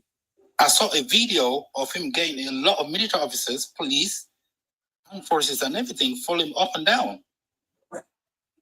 It's totally wrong. A lot of people need to be educated. What I realized, they know what they're doing is wrong, but because they are allowed to do it, that's why they're doing it. Abisi. Yes, sir. I just chip in. If you remember Buhari, Aisha never, ever, ever once came out and talked. You never, ever see Aisha behave the way this woman was behaving. You never see it. I'm sorry, like the power drunk. Huh? No, carry on. Somebody said something. No, carry on. They're power drunk. I'm sorry to say. They are all power drunk. All of them. The son, the daughters, all of them are power drunk. How can you tell a whole governor, like you said, is the first person in that state, the whole governor of the state, to be quiet and come off stage? That's full disrespect. and he deserves an apology from her. 1,000,000%. Sorry to interject, Kabisi. No, it's fine. So if we look into that, we will know that what she did was wrong. And that is the reason why a lot of things are going wrong. It's right from the top to the bottom. People feel they can do whatever they want and nobody's going to challenge them. You could imagine some people have some kids, they go outside and they act like their dad. Oh, my dad is the governor, I can do whatever I want. Oh, my dad is the president. Oh, my dad is the minister, I can do whatever I need to do. But they don't realize what they're doing is so wrong. And when you see all those guys coming to the UK or to the United States, they will never, ever act the same way. When they come to London, you see them on the train, you see them on the bus, no protocols, nothing. But they're doing that because they're allowed to do it. If they find a way to educate these people, they will understand that what they're doing is totally wrong. When the guy number one of the state, give him to respect and stay as a wife to the president. Right now, if I can just jump in there quickly before I bring King Spice back in and then bring in Master Genie. Now, I'm always going to go back. I'm always going to go back to this same point. And that one point is this. You are confusing culture with common sense. Right? Now, I had this conversation during the week with someone and I said, okay, does the child or the children of the president deserve to have that much security around them? Now, being someone who's been in the security industry for over 30 years, right, I can honestly say to you that they do. But they don't need a battalion around them. Right? They do not need a battalion. When I look at the royal family in the UK or the children of the presidents of America or most of these other European countries, they're normally given at most 2 or 3 people to walk with them. And that's because that's my field. So I know. Right? 2 or 3 people will walk with them. Right? A minimum of 1 person. Sorry, bro. Yeah. If pastors are rolling with, I was coming to that. I was coming to that. Right now, this is your mentality. I think Kenny said it earlier on. It's the mentality that you have in Nigeria that because people are calling you daddy or my man of God or whatever titles or labels you want to stick on each other, because that's the Nigerian way, right? You like to stick titles on it, man of God this and man of God that. Yeah, it's man of God, it's not God. Right? Now, I've said in the past, if a pastor needs 10 bodyguards and above, then you, the people that go to his church, need to check him out. Right? He's either a drug dealer, right? Or he's a snitch. Right? And that's the only reason why he would cover himself with bodyguards, right? Because a person who calls himself a man of God is there to preach the word, right? To convert and change souls and minds, right? He's not there to show you that he's rich and he's got the money to employ all this and he's got guns around him in church, right? You are basically calling yourself a mafia boss, right? With the Bible as your cover. Right now, the mentality that people have in Nigeria, the mentality that you have in Nigeria is that, I could like King said, he goes to Nigeria, he's got his own military guys. Military guys don't need to be following you around, sir. Right? You can get private security, but military guys, you're taking soldiers away from looking after the country. Because you've got the money to, and obviously because the government ain't paying them right. Exactly. Right. Exactly. But the thing is, let me correct you there, King. It's not your job to pay them. It's not your job. Right? It's not your job to pay them. It is totally wrong. Right? Was like I watch a lot of videos. I see these parties where you got soldiers at parties walking around with AK-47s. They are holding the madam's handbag. Right? You've got soldiers holding madam's handbag. You've got big ass police officers holding, right, women's handbags. I mean, hello. What more disrespect? Absolutely terrible. What kind of disrespect is that? Not the worst one I saw. I swear down, I was gobsmacked. A Yahoo boy. The boy cannot be more than 16. I swear, no word of a lie. He had a police officer escort. Yeah. Disgraceful. You know, I mean, listen, you know what? I love WizKid, right? I love WizKid to the max. I mean, I've been WizKid's bodyguard in the past. You know, I've worked for him. You know, I love him to bits, right? But, you know, for people like WizKid and Burner and Davido and all them to be boasting of having military convoys and police escorts, and, you know, the only time you get a police escort is if you're a criminal, right? And they're taking you on holiday. Right? That's the only time. Right? There are, even though the problem with Nigerian private security companies is none of them are any good. Right? They're no good. Right? Because they haven't been trained. Right? What they've basically done, and I know this for a fact, is most of these guys go into the gyms in Nigeria. They get all these guys who've been pushing iron for years and years, and they got heads full of meat and nothing else. Right? And they said, yeah, you're big enough. You got big muscles. Yeah, at least when people see you, they'll be intimidated. You know, you'll come there and they don't even pay them right. Right? Close protection. I can tell you off the top of my head, minimum wage for close protection on a daily basis, daily rate, right? Minimum pay is £350 a day. In Nigeria? No, that's proper. All over the world, it should be a minimum of the equivalent of £350 a day. Okay, yeah, makes sense. That's minimum. That's bare minimum. Why? Because of the fact that you expect me, right, to do certain things for you, right, in the instance or if there's an incident that warrants me protecting your life, right? That's what's expected, right? So why would you want to pay me less than that and expect me to look after you, right? I'm your bodyguard. I'm your babysitter. Right? But at the same time, whilst I'm working, I'm also your boss. Right? You got the money, but I'm the boss.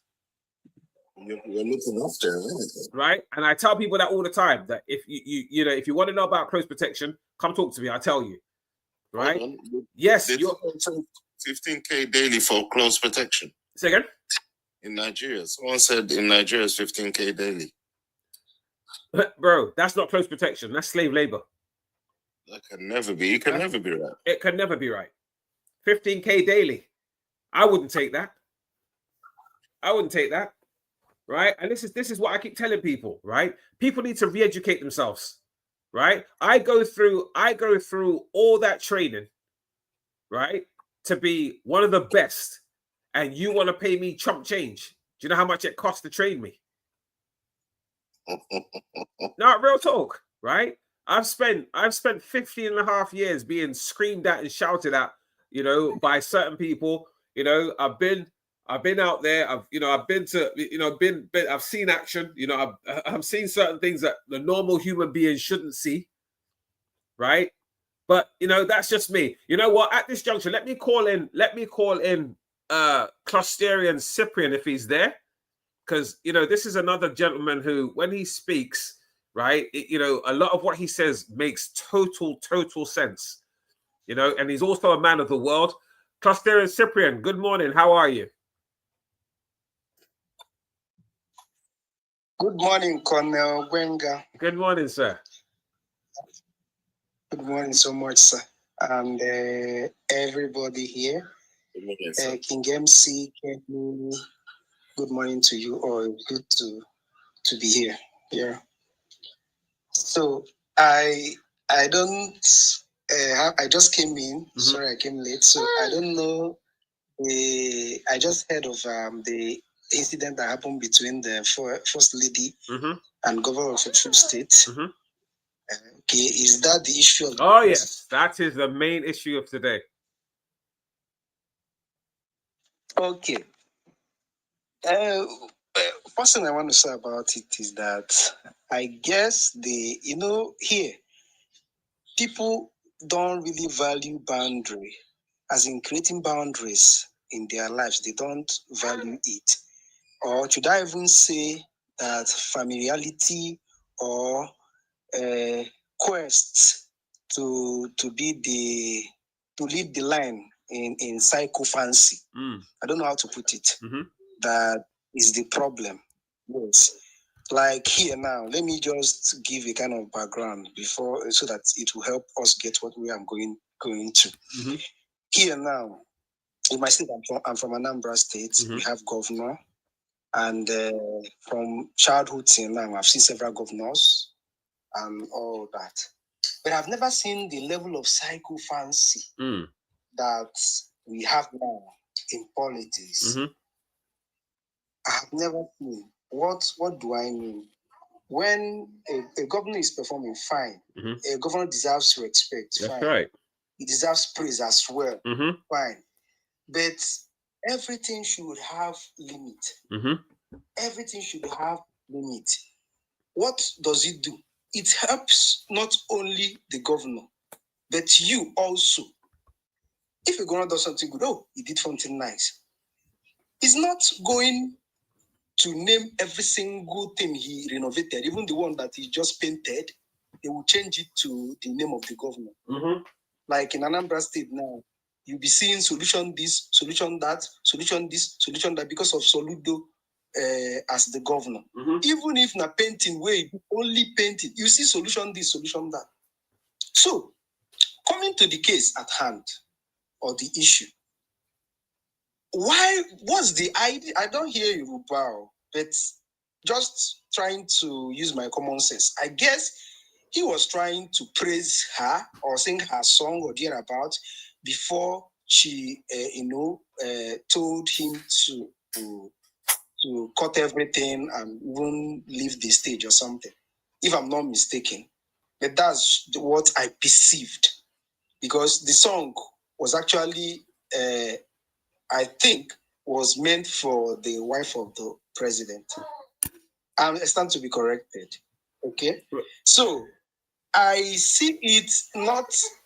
I think the governor took the psychophancy to the highest level. To me, in as much as he deserves the right as the governor to speak, nobody should shut him up or something like that. But he himself already, didn't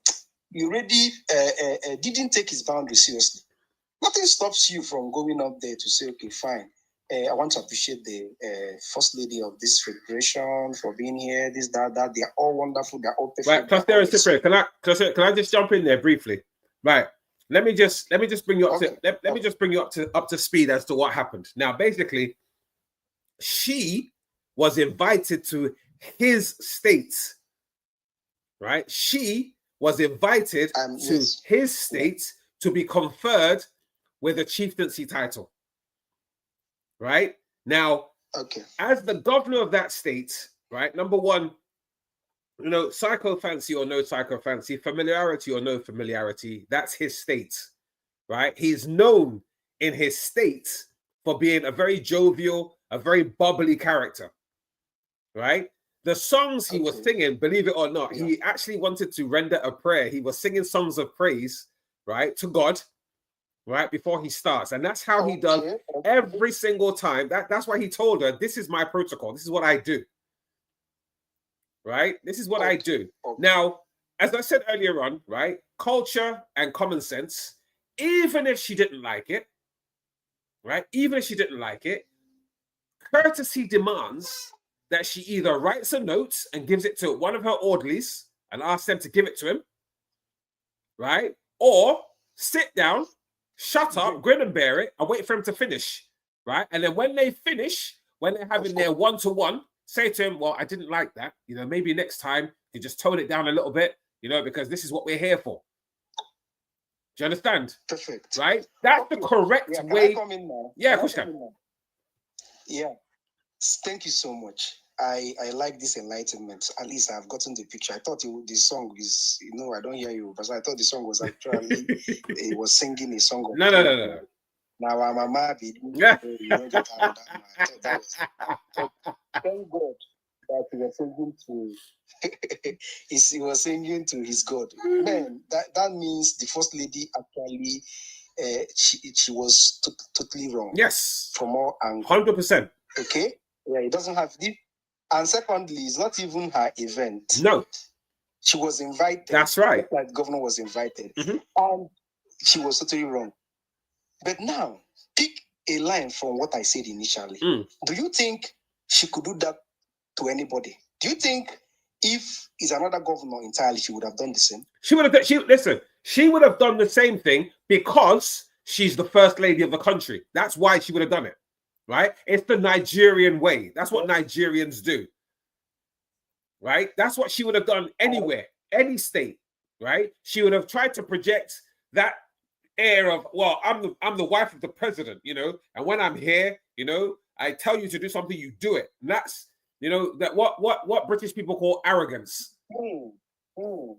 Then there's no case, name. There's no case. I love you, man. There's no case. Case closed. It's just a clear case of arrogance. It's just arrogance. Master Genie, I'm going to bring you in here. What's your take on this?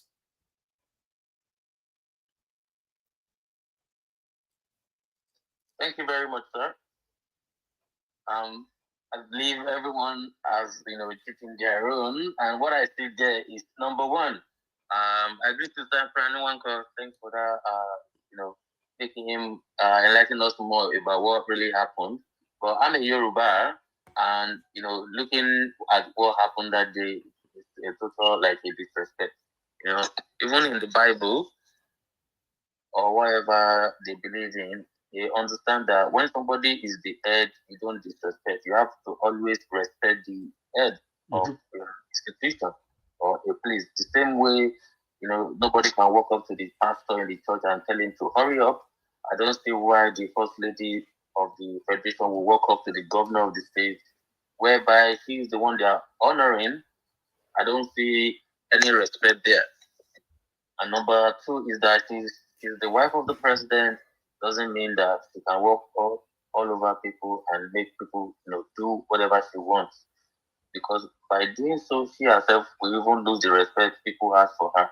Because that day now, whatever the governor wanted to do, that she, interrupted him and, twice, she was not respecting herself. So in the act of maybe power drunk or being too arrogant, she's disrespecting herself.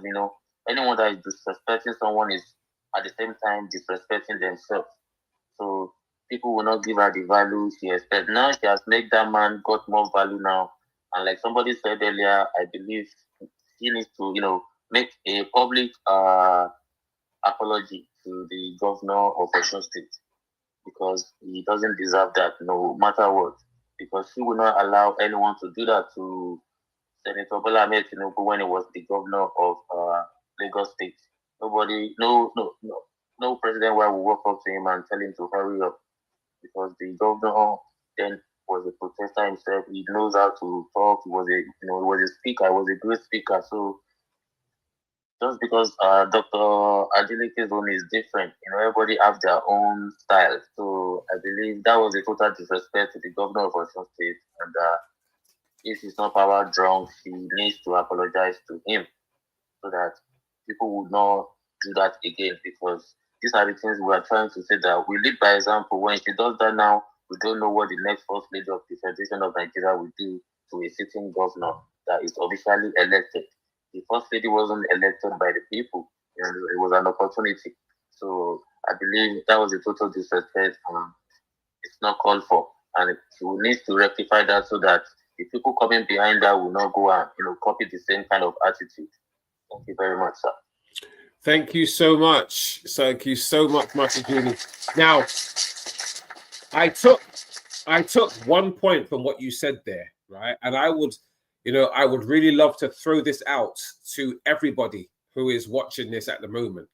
right? Now, when people say, yes, well, you know, she's the first lady and blah, blah, blah, you know, he was singing and she told him to sit down, etc. and so forth. Now, here's my question to you.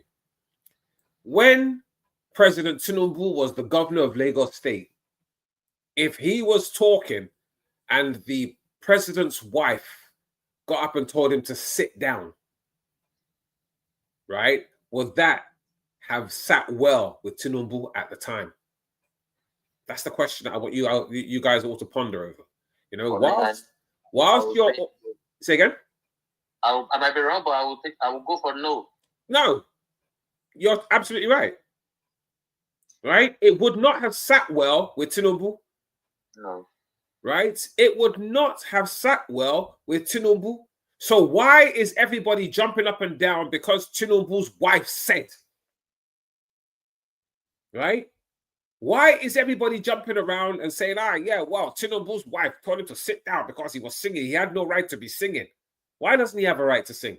It's his state. It's his house. That's his territory. Right? And the sooner people recognize these things, the better. Right? We are so fixated on labels and status and titles that nobody sees any common sense anymore. We make excuses for bad practices. We have a country that's not secure. It's not safe. You've got a president's son who has surrounded himself with every single security resource in the country, and yet the people of the country are scared that the war could break out at any time. There's no security for them. All right. People, the first lady I said, we don't like that. Right? No way. All these guys that your son has surrounded himself with, right, could be put to better use in securing the country.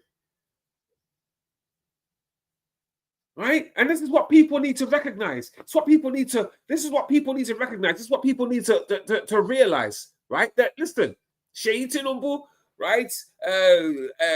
Remi Tinubu, yes, you know, you are important as human beings, but you are not too important. You're not more important than me. I am the most important person in my life. Right? Me. Right? Because I tell you what, when your husband's time is up as the president of the country, right? Someone else is going to be the president. Then what are you going to do? Right? When you go out to give a talk somewhere, or you go out to give a presentation somewhere, and the wife of the governor there or the wife of the president there tells you to sit down and shut up, how would you feel? Right? You can't claim that you used to be the first lady, because that doesn't hold any water. You're the first lady now. That doesn't hold any water. People have to respect you because you're the wife of the president. They don't have to respect you, right, as anything other than the wife of the president. You hold no water in the country. You've just been conferred with a traditional title. Right? Now go and read Nigeria's history, because we are not a democratic monarchy. We're not an absolute monarchy, right? All of the chieftaincies and the kingships and whatever in Nigeria, right, are all ceremonial, right? They're all ceremonial, traditionally ceremonial, right? The people of your village or your catchment area answer to you to an extent, but they all come under, as does that Oba, that king, that Kabiesi, that whatever, Igwe or whoever, right? They still all come under the rule of the land. Right? Well, that's if you have any law in the land, but hey, you know what I'm talking about. Right?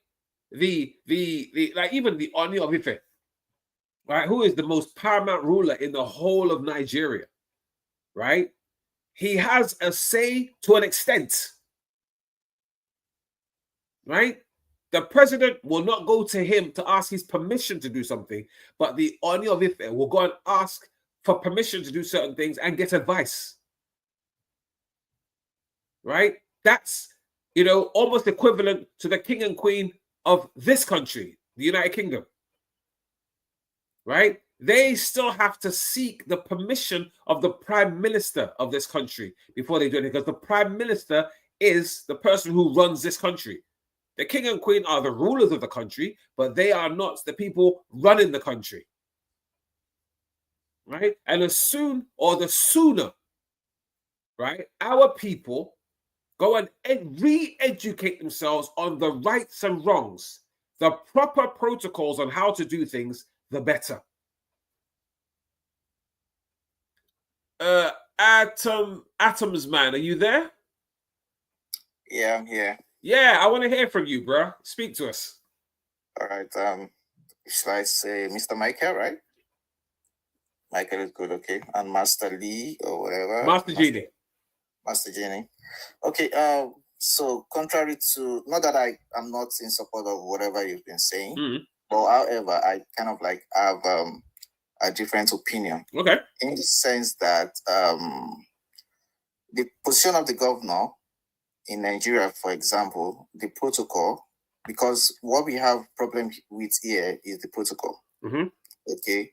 I think it's not for Adeleke. He has not been able to fit himself into that governorship status. Go on. He himself, because even if you're a dancer, if you're a singer before you become a governor, it is expected that when you assume office, you cut down on some things. Go on. You don't start singing, you don't start dancing around.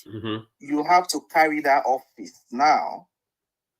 You know, even if you are, let's say for example, the president of Ukraine used to be a comedian, artist or whatever.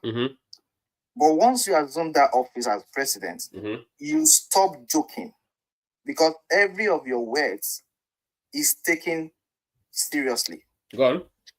Right? So when it comes to the governor of a state, and you are to present a speech, for example, give a speech, it's a business. It's, let's say, take this is a business. You are in the office for business. You don't, for example, have problem with people resuming in the office and start praying in the morning, right? Because it's a business. Okay. So for he himself, he has not carried himself with the weight of that office. He has not put himself in that position to be respected. Okay. So he himself is a problem, because if, for example, what I'm trying to say is, for a governor, there's a standard. It's a standardized environment this time. So you are coming in and you are not joking around. You are not dancing around. I understand the fact that you might want to praise God and all of that, but if people think that you're going to jump from first verse to second verse to third verse, and we are here for like, okay, in abroad, for example, everything is like timed. You know, you come in 2 p.m., we are leaving this place 4 p.m. Nobody's compromising on that. Okay, so because he is holding an office, it should be more official. And I don't see where dancing, doing songs of praise or praying, or we can do praying, because in Nigeria we do praying, and that starts from the beginning of a meeting and the end of a meeting. But as governor, I don't see you where you fit in to be the praise singer or the dance or cheerleader. You are supposed to give your speech, follow protocol, and leave the stage. Right. Can I burst? Can I? Sorry to cut you. Can I burst your bubble there? Yeah. Right. Now, most of what you said is good, but a lot of it is wrong. Right. And I'll tell you why it's wrong. Number one, that was an event. Right. That was an event. Now, the good thing is he is the governor of Oshin State. The people of Oshin State love him, right? Because of the way he is, right? He's a very hard-working governor, right? Hence the reason why he was re-elected, right? Very hard-working, you know, and I don't say that much about anybody in Nigeria, right? Very hard-working man, right? Now, this is his state. I'm saying it again. This is his state, right? When you're in your house, you can do whatever the heck you want to, right? He's a governor, right? Now, I've said this in the past to a lot of Nigerians, right? You keep going on about, oh, yes, well, you know, you don't have time to mess about. You don't have time to joke. Well, look at your country. It is a joke, right? With all the people that claim they don't have time to mess about, right? The presidency, right? From the presidency right down to most of the governors, the commissioners, your House of Reps, nobody's telling the truth. You haven't got police officers. You haven't got law enforcement. You've got no security, but you don't have time to mess about, right? You've got a governor who is working it in his state, right? He's very happy, a very happy person, and you want to deprive him of his happiness because the first lady, right? An ordinary, and I'm going to use Nigerian terms now, ordinary first lady who doesn't really contribute anything to the progress of the country, right? Because whilst whether it's her son or her husband's son, is out there taking all your police service as his bodyguards and half of your military, right, to run around with him because he wants to go to an event, right? Whilst at the same time perpetrating other crimes and other. Come on, bro. Come on. Okay. So let me state this. Go on. Once you're a governor for 4 years, you are a governor for 4 years. That's right. No matter the events, whether it's traditional events, whether it's social, you are going there at an official capacity. You don't drop that to say, oh, because bro, you see, listen, I'm going back to what I said earlier on, right? You guys put out this image of you take yourselves very serious. Mr. Mr. Michael, go on. He was invited, the office of the governor, whatever the invitation that was given, it was Ojaja's university event. And also, Ojaja was coronating Ashwaju of which is the Remi Tinubu First Lady. Yes. At that event. A letter must have been written. And it wasn't to Adeleke as a person. It was to the governor of Oshin State. Yes. And he was in that event as a governor. Yes. For the next 4 years, once you resume office, you are a governor of that state. Right. Protocol, professionalism should be followed. And ADP has not maintained that at any time. Bro, so I'm gonna throw this back at you, right? Because you say he hasn't at any time maintained that. Right? I mean, hold on. What, when you say he hasn't at any time, for my question to you is this, right? As the governor of a state, what is your job?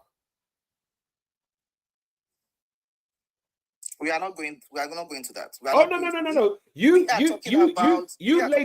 laid this out that he hasn't at any time. No. What I mean in this occasion is in his outing, when he's out there.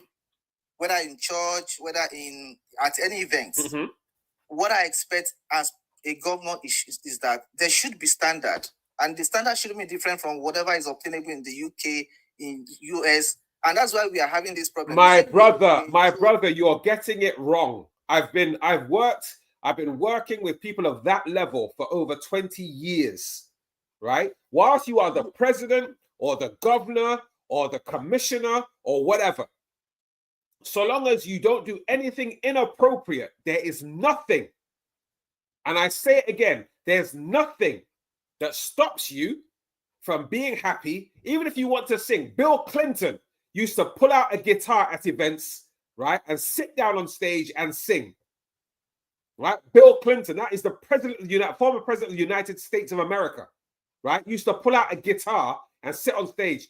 Barack Obama was known for standing on stage and running jokes as a comedian, right? So why do you Nigerians seem to think, because you're the governor, right, you're supposed to just stand there, be surrounded by bodyguards, and just be looked on as somebody who's that important that he can't act like a human being? I'm listening to you. It is not out of place to joke in between. I'm not saying it should be like 100% serious. No, that's exactly what you're saying. You said at any time. In between, you could just pull up a joke. That's okay. That's fine. But you have to be able to, go back into that of personality of you being the governor. Just go check Adeleke. Bro, what is the personality? This is the question I'm asking you. You still haven't answered it. What is the personality of being a governor?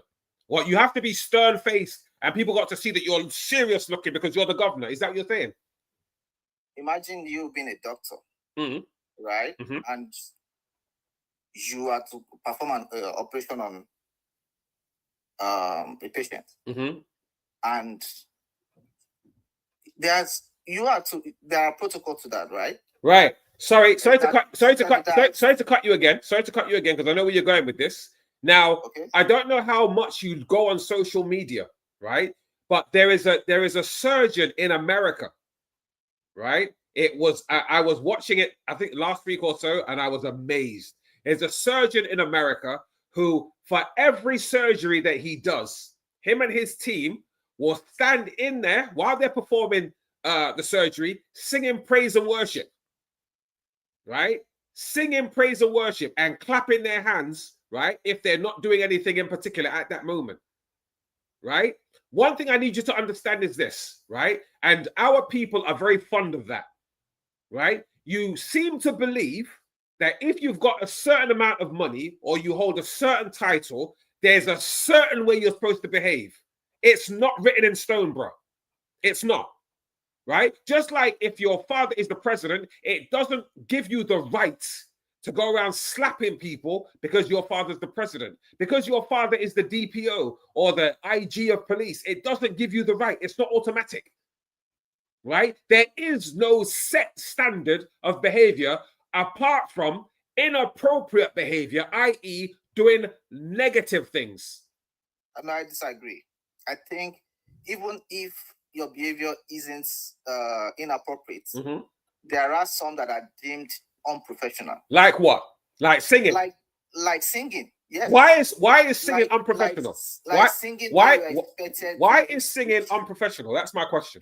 Because so for example, he has a speech, and I believe if he's following that speech, for example, I'm very sure there is nowhere probably there could be praise and worship based on the fact that that is the way he has decided to run his own administration, not because this is the template. So it was more like moving out of the template of what is expected. Okay, you as a person, bro, please do me a favor, right? If you invite me to your event and you've given me 10 minutes to speak, in that 10 minutes I can do what the heck I want to. It's not up to you.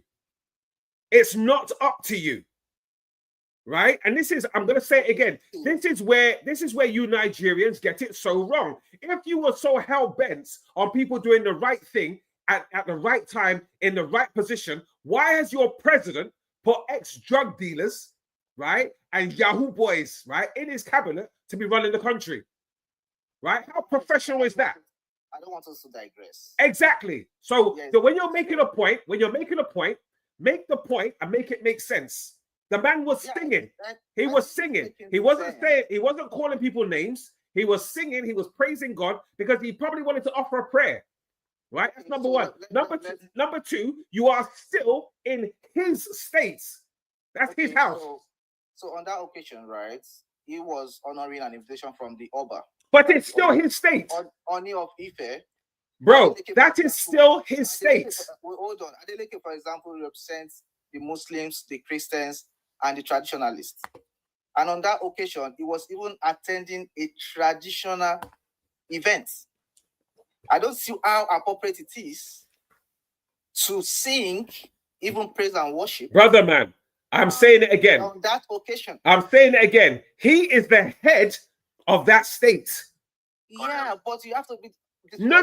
There's no box about it. He is the head. He is the head of that state.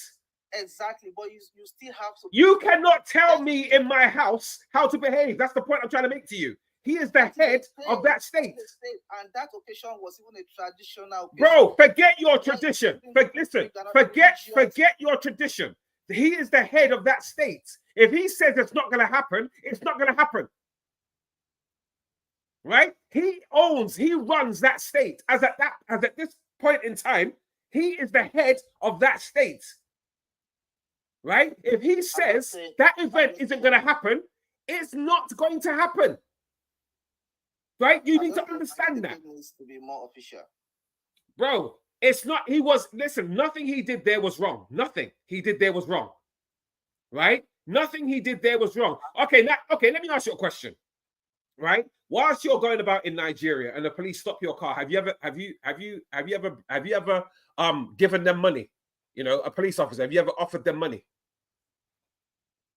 At my discretion, if I think, yeah, I've done that. Do you know that that's wrong? That's inappropriate. But I'm not the government. It doesn't matter. You are a citizen of the Federal Republic of Nigeria. You did not employ the police. A policeman is going to harass me. Bro, if a policeman is going to harass you, then you report the policeman. No, no. Bro, listen, I'm just telling you how it is. If I'm in trouble, bro, what did you do? If you're in trouble, then you deserve to be harassed. No, I'm not saying. If a policeman is making me feel uncomfortable, right, and is demanding for money, I'd rather give him money. Bro, then you are just as bad as the person that you just called unprofessional. If not worse. Because at no time was I appointed. I can't. It doesn't matter. You have just bribed. You have just bribed an officer of the law. Why not? To save my life.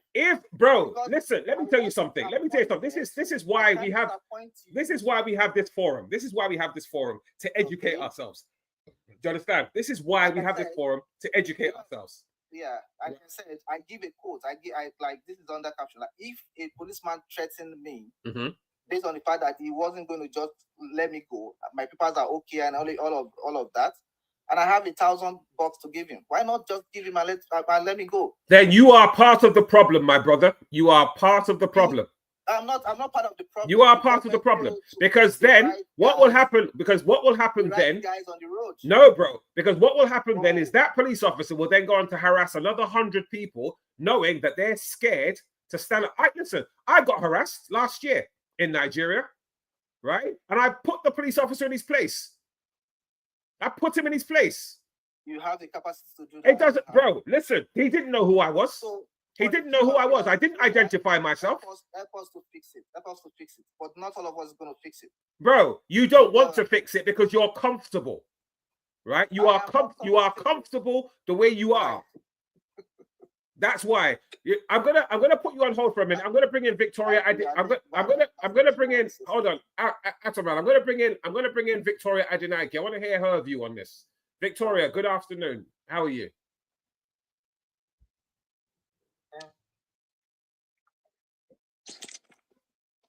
Can you hear me? Yep, can hear you. All right, good. Hello, everyone. Good morning. Just a quick cue because I'm actually at work and I have to just say this. Mr. King, just to clarify, you stating that Governor Adeleke was on his right at every side. No, that's not Mr. King. That's Atom's man. Okay, I don't know. Yeah, the guy that was actually speaking just now. Yeah, Atom's man. So now you can imagine the president's wife. I'm sorry, man. She is a president's wife. She, in quote, as I know, she was a pastor in Redeem. I don't know if she's still a pastor in Redeem. On no count should she have behaved that way. That was so uncalled for. She's a woman. I'm not saying because I'm sure some ladies will come and jump at me now. Oh, because she's a woman, can she? No. She came to a place that the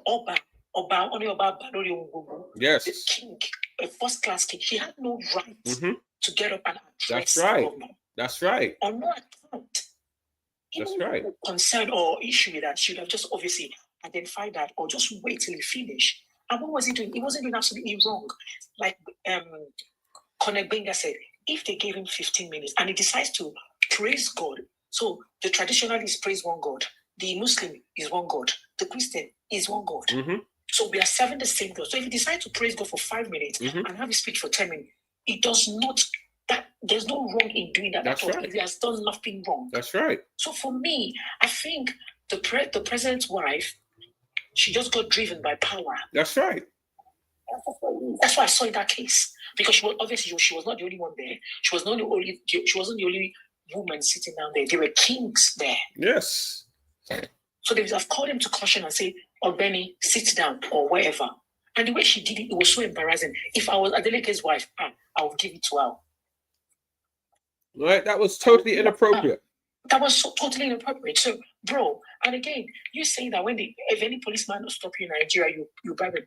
We are the problem in Nigeria. We citizens are the problem. Yep. Until every one of us stand up and stop giving them bribe, then one day they will sit down and realize, okay, why are we doing this? That's right. We cannot say that as a government. We ourselves, the citizens, we are the problem as well. Why am I bribing you? Did I commit any crime? I've got my license. I've got my papers. What crime have I committed? So we need to. We've got things to do. And that lady, well, she's the president's wife. I owe her that respect. But however, she behaved unruly on that day. I'm sorry. She behaved really unruly. She didn't represent us as women properly on that day. I'm sorry. And the way she spoke to him was really, really bad. So how would she feel if someone did that to her husband? She wouldn't have accepted that in no way. So I just think what we're discussing is a very, very, very big topic and needs to be addressed. Yep. But however, we know the country we live in now is power driven. So that's my own little talking. Thank you so much. Thank you, Victoria. Thank you so much. Much appreciated. So Athens, man, you know, coming back to yourself, I mean, I understand it from your point of view, from your standpoint. And you know, please jump in before Athens, man, please. Say again? Can I just please jump in before Athens, man? Oh yeah, sure, of course. Sorry, I'm a bit on the road here. Okay. There's something he was saying, and you know, everybody has their own opinion, but they were contradicting. And I agree with what the last speaker said either. If you know the settings of of everything to follow the protocol, that means the president's wife was not following the protocol either. That's right. Number one, the governor of a state represents the president in the state. That's right. Let's remember there was a time in Ekiti State, the governor asked all the obas to stand up, and people were saying, "Oh, he disrespected them." So if the president's wife thinks the governor is not going to stay on protocol, she could have followed the protocol by maybe and writing a note, or maybe radioing. And also, if she's going to treat the governor like that, she has treated all the Obas sitting like that. So in a way, she was not following the protocol. That's right. And for some reason, I did not see Governor Adeleke doing anything wrong on that day. We are Yorubas. We follow culture. Even praying that he was going to do us thing, everything was still part of the culture. So like what you were saying that Zelensky used to be a comedian. If there was no war, he would still be making his people laugh. That's right. So that you have to be a good leader that people can they can come close to. The way she was saying that she will off the mic of a whole governor, that was total uncalled for, and she will not take that, and that was totally wrong. If she wants respect from the citizens, she also has to, give the due respect. She is not elected. Adeleke was elected, so she has to respect that office. The same way we are respecting the office of the others. You understand? So I'm not saying that Governor Adeleke should be dancing all the time or whatever, but he can do what he does in his own personal time, but at the same time, he deserves the governor's respect. And following protocol, the president's wife did not follow the protocol there. So I believe that she still needs to apologize to the governor. Thank you. Thank you so much. Once again, Master Genius.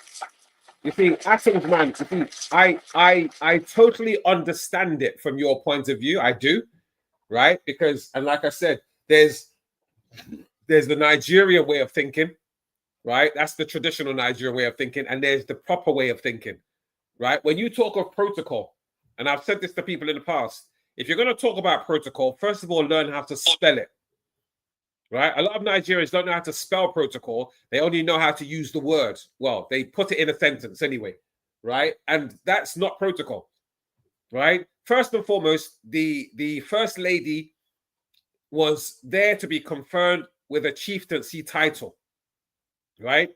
Now, the paramount Oba of Yoruba land was on seat. She totally disrespected him, by getting up from her seat to go and tell the governor of the state that she was invited to be conferred with a title. Remember, being the wife of the president doesn't mean you have autonomy everywhere you go. Right? She was invited there, you know, to be honored with a title. Right? She had no business in that state, apart from an invitation to be honored with a title. Right? And not only that, you're surrounded by Obas who you are still subject to, whether you're the president's wife or not.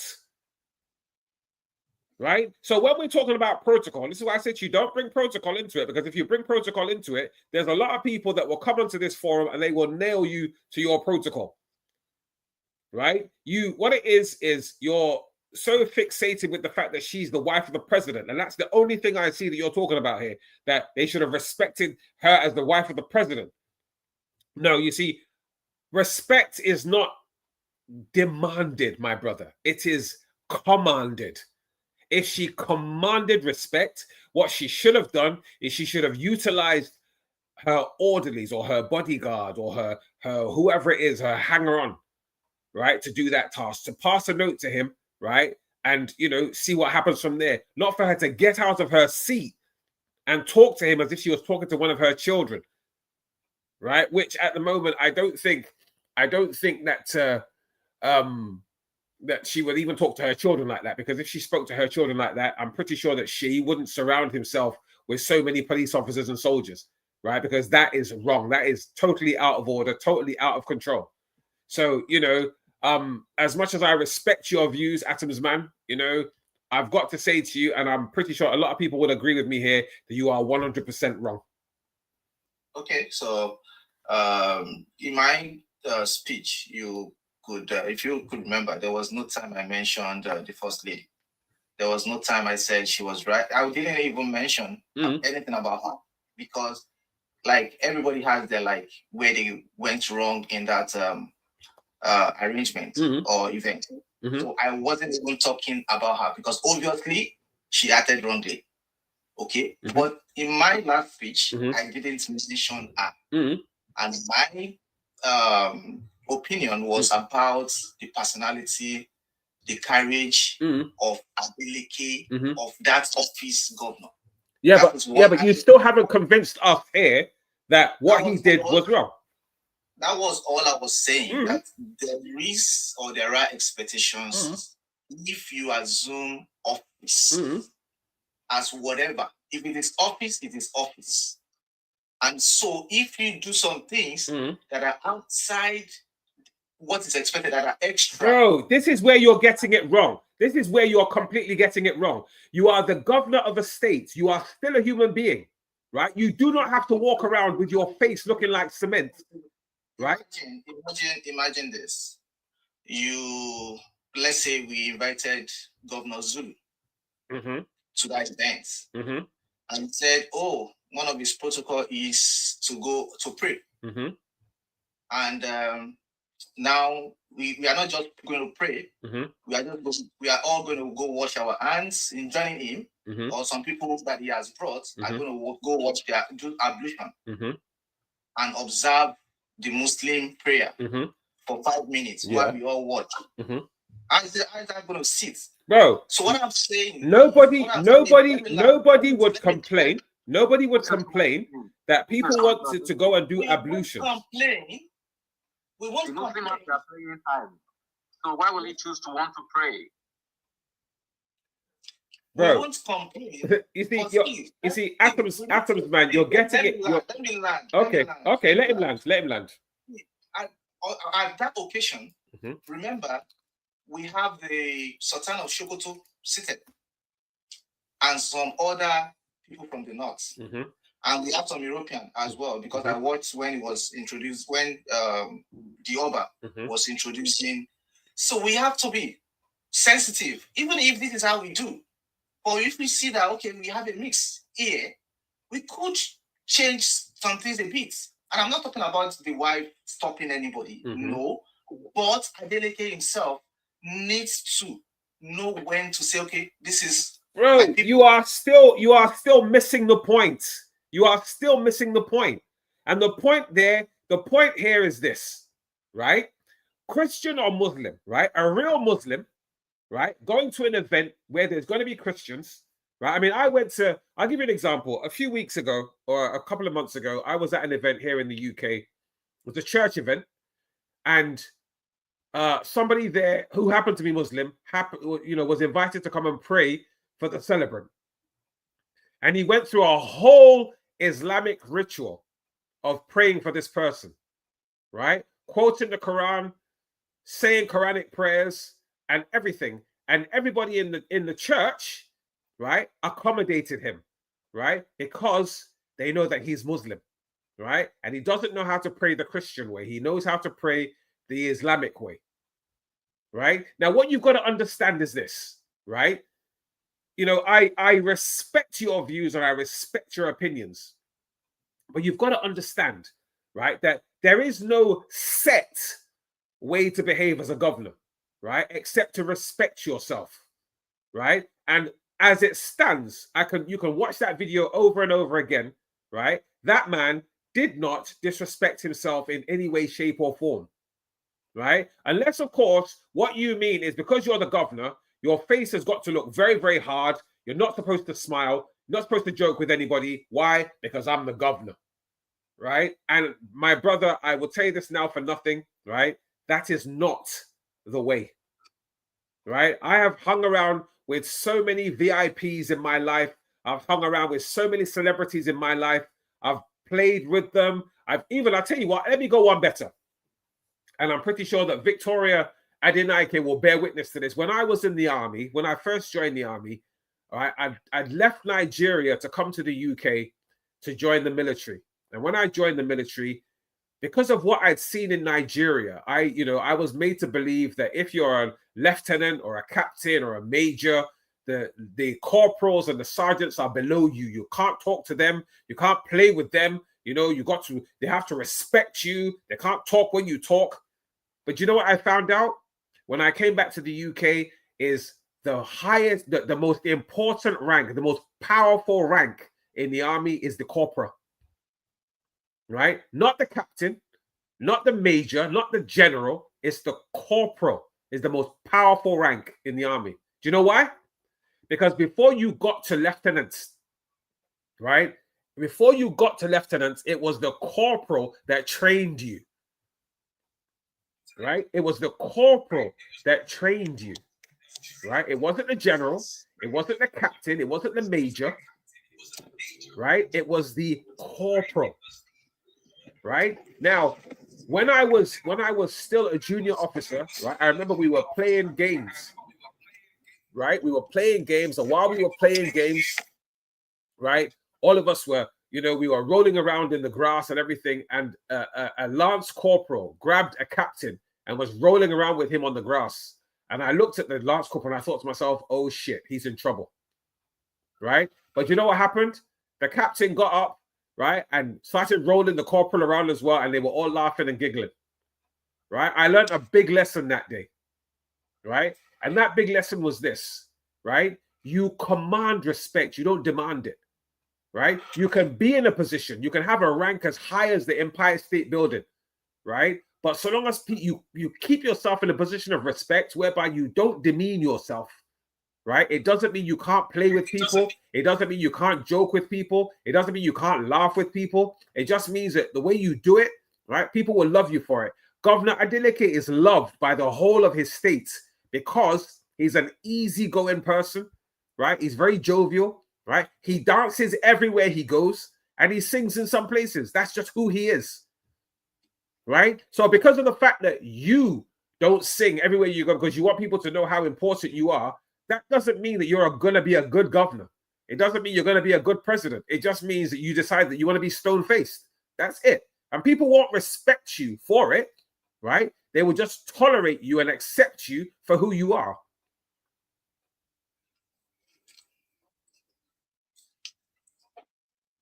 Over to you, Atoms, man. I'm just going to say, being professional doesn't mean you're going to walk around with stone face.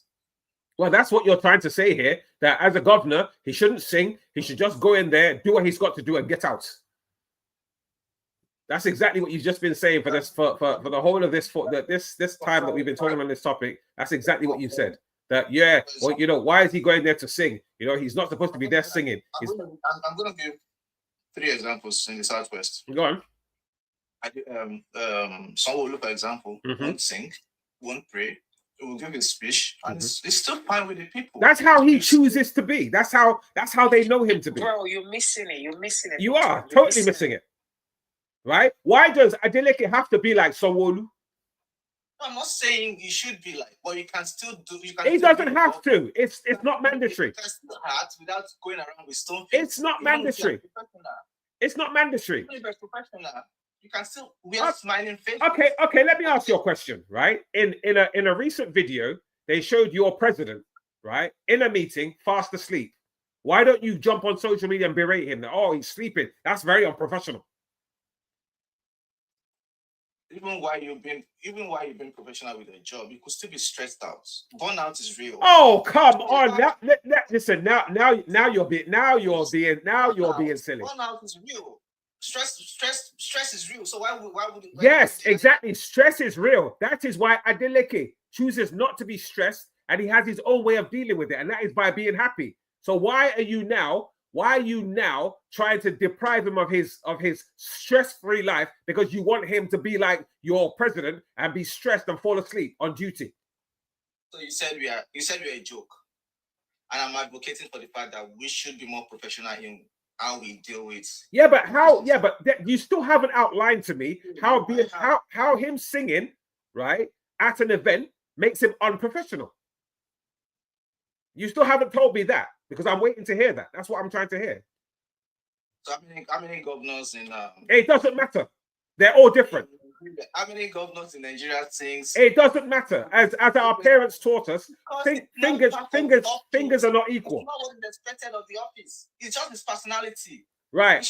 Right. I tell you what, Atoms, man, hold on. I'm gonna bring in Grace to Grace Property, right? I want to take her view on this. Grace to Grace Property, are you there? Grace to Grace Property, unmute yourself.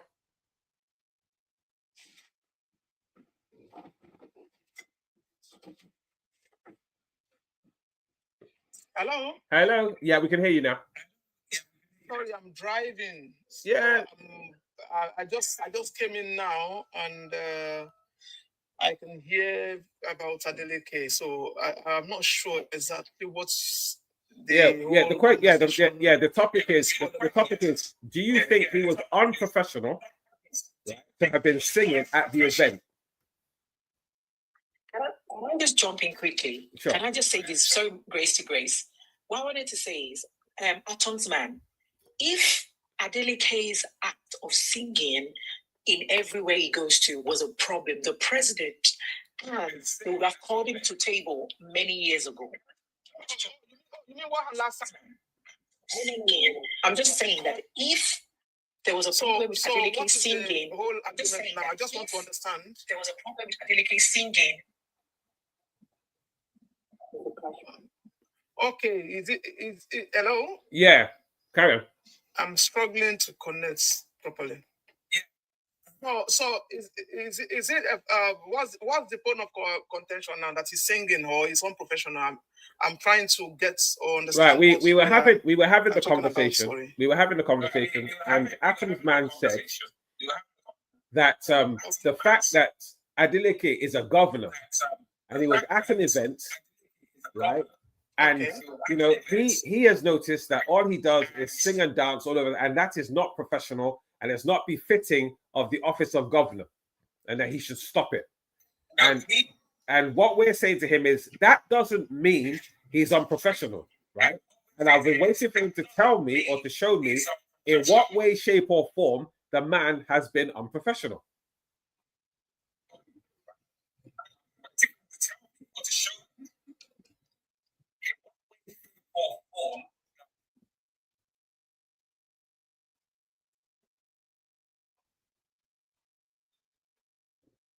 Grace to Grace, are you there?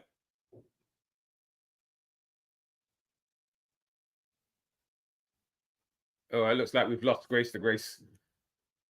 She's probably in a bad reception area. But yeah, oh, looks like we've lost Atoms Man as well.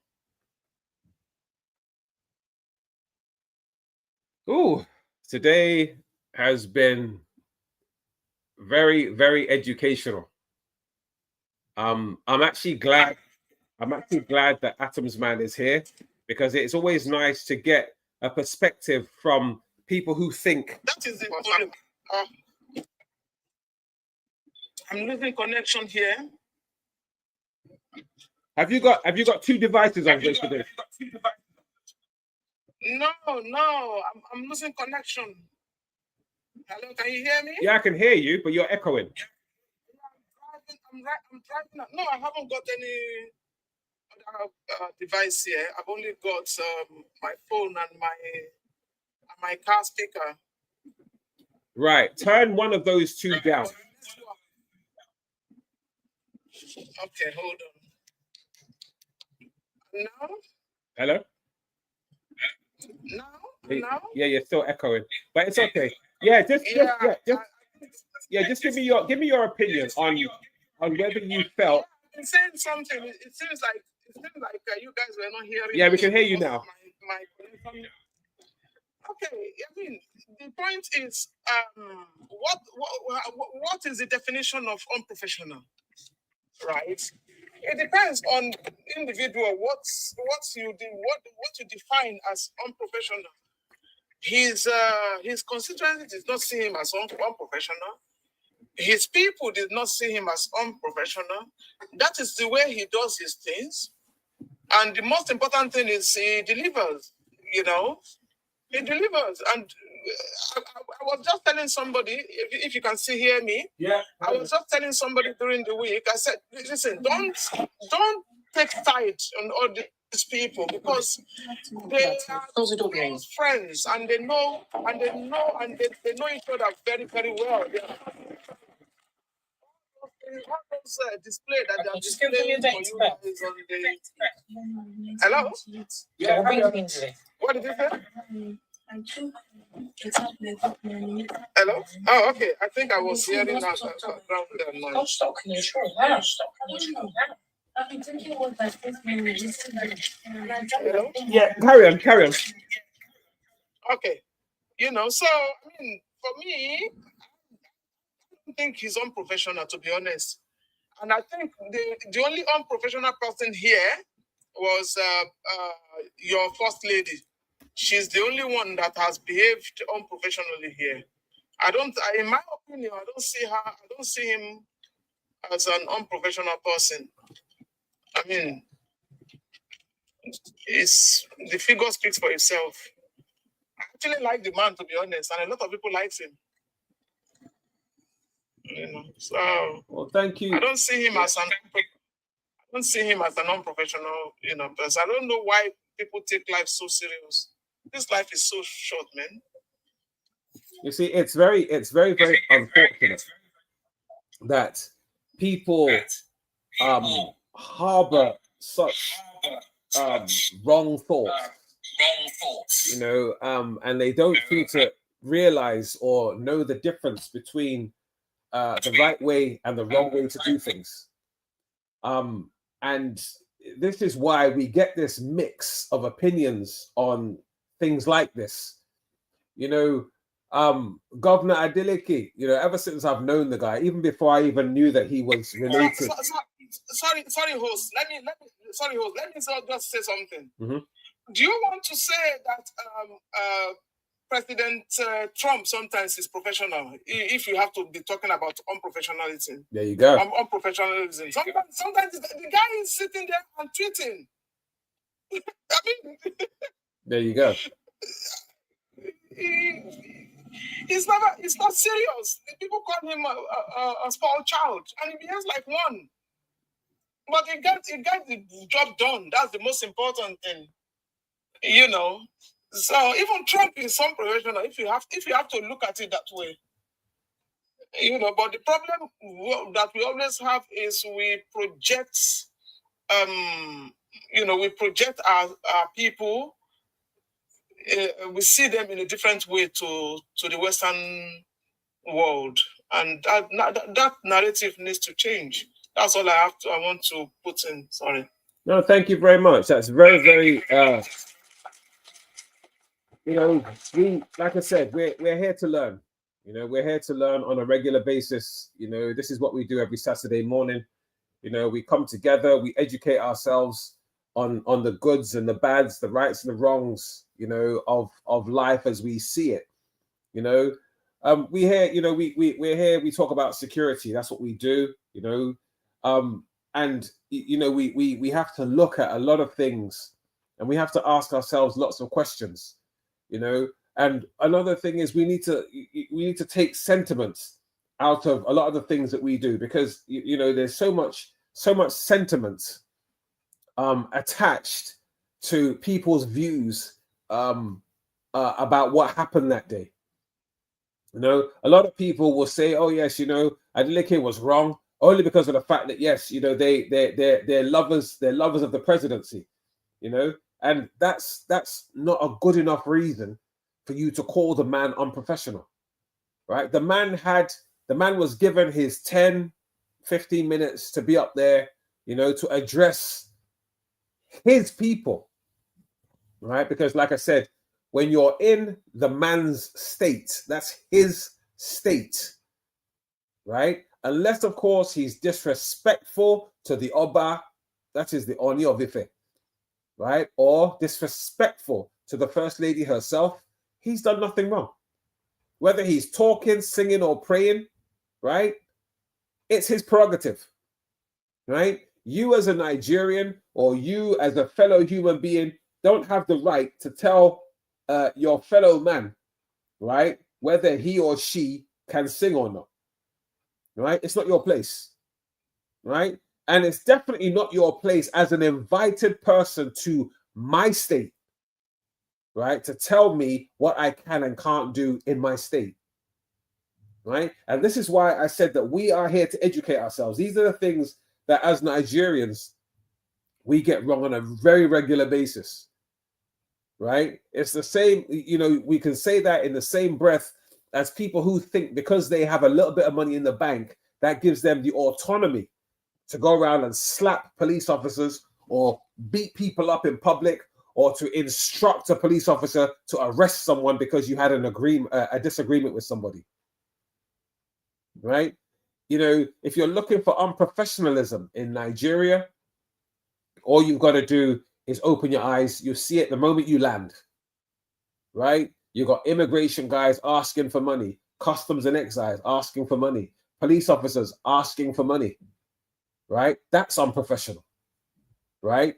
And Atom's man, you know, saying, oh, someone was unprofessional, right? Whereas you're one of those that, because you think that the police officer is going to give you a hard time, you quickly give him money. That, my friend, in law is called bribery and corruption, right? And I'm telling you this as a former police officer, right? That is called bribery and corruption. You are even worse than the police officer who you gave money to. Okay, so are you aware that when foreign partners are coming to Nigeria to do business, based on the fact that the way our business environment is, they make provision for money to bribe officers? My brother, a bribe is a bribe. Yeah. What I'm saying is this. Whoever is preaching anti-corruption and all of that still get some money to make things work for them. And I've said that if an immigration officer is going to let me miss my flight and is asking me for money, I'm not going to stand on the line and say, no, I'm going to prove that you're wrong. Who needs to fix that is the government. Right. I'm actually loving you right now for this narrative that you've just brought up. That's a fantastic narrative. And I can answer that for you, right, by saying to you that two wrongs don't make a right. Yeah. If you were living in a country, right, where they did things properly, right, you would know, and I said this earlier on, I don't know whether you heard me or not, because obviously by the time you came on to comment on the Remi Tinubu incident. Now, my point to you is this, right? If you do not know your rights as a citizen of the country, right, you will fall for that every time. Right? If you do not know your rights as the citizen of a country, you will fall for that every time. Right? If an immigration officer is going to make you late for your flight, right? Go onto YouTube, right? Go onto YouTube and watch all these instances and cases of similar people in America, right? And in the UK who did things similar to that. They lost their jobs within a minute. Right? Why? Because people put in a complaint, they take it up, they go through the right channels. They don't give people money, right? Just because you're going to miss your flight. You paid for your ticket. If you miss your flight for anything other than the fact that one of the officials there chose to make you lose your flight, right? Then you have a case, right? But because you don't read up on it, you don't follow up on it, as far as you're concerned, I just want peace of mind, so I'm going to bribe him. Then you are a major part of the problem. You are a major part of the problem. Right? You are a major part of the problem because you are here now saying a governor was unprofessional, yet you are funding and supporting unprofessionalism in areas where people are supposed to be ultimately professional. Is bribery part of our culture? Bro, bribery is part of nobody's culture. It's a crime. Okay, so is president worship part of our culture? Bro, don't go there. Yeah? Because don't go there. So let that you're doing what I accuse Nigerians of doing, and that is looking for an excuse for bad practice. Right? A man was doing praise and worship. Praise and worship is not illegal anywhere in the world. Right? But bribery is a crime all over the world. All right. So at that point, I wasn't bribing the officer. Yes, you were. No, you weren't. You were bribing him. No, you were bribing him. See, whatever the Western world called Gbenga. Yeah. Gbenga, this autumn is not in this world. I can see that. I can see that. I just had to say that. It's bro, you know something, Atoms man. Let me say something to you. If you came to the UK and you saw a police officer on the street and you said, "I just want to appreciate you," and you give him money, bro, you will be back in Nigeria and your feet will not touch the ground. Because that is not how the UK operates. Bro, it is a crime. Do you not hear what I'm saying to you? It is a crime to give an officer of the law money. Because the UK police isn't expectant. The Nigerian police is already expectant. Because they're all criminals.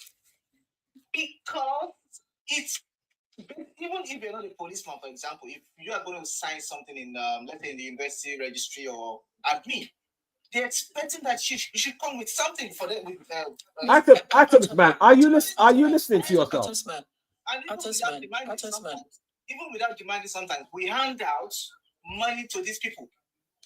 Man, sorry, can I just ask, where exactly are you now? Where are you based? UK, Canada. What do you mean UK, Canada? Yeah, sometimes right now I'm in the UK. So, bro, I can tell that you deluded a bit.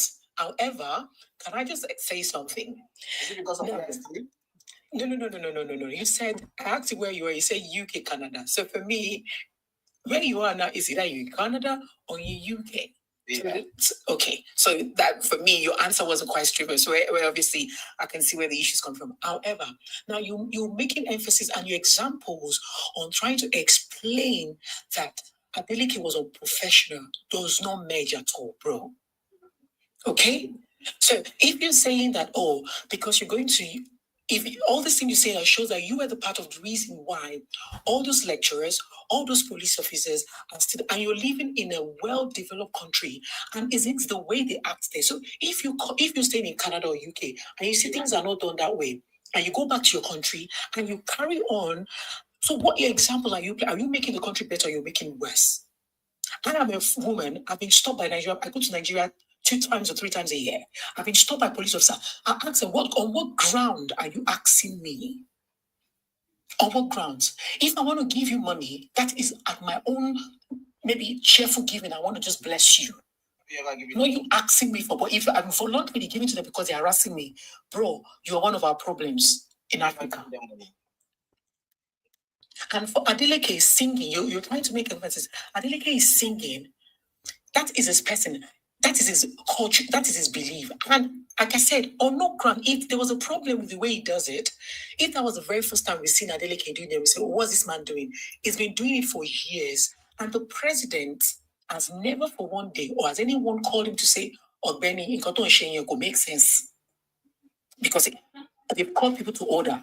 But no one has called him to order. So there is no problem. So why then are you saying he's acting unprofessional? How many times have Trump acted unprofessional? How many times Boris Johnson, when he was here during COVID, how many times have they acted unprofessional? Exactly. If you're trying to say that, oh, he's acting in what way, in what context? Because he's singing and praising God.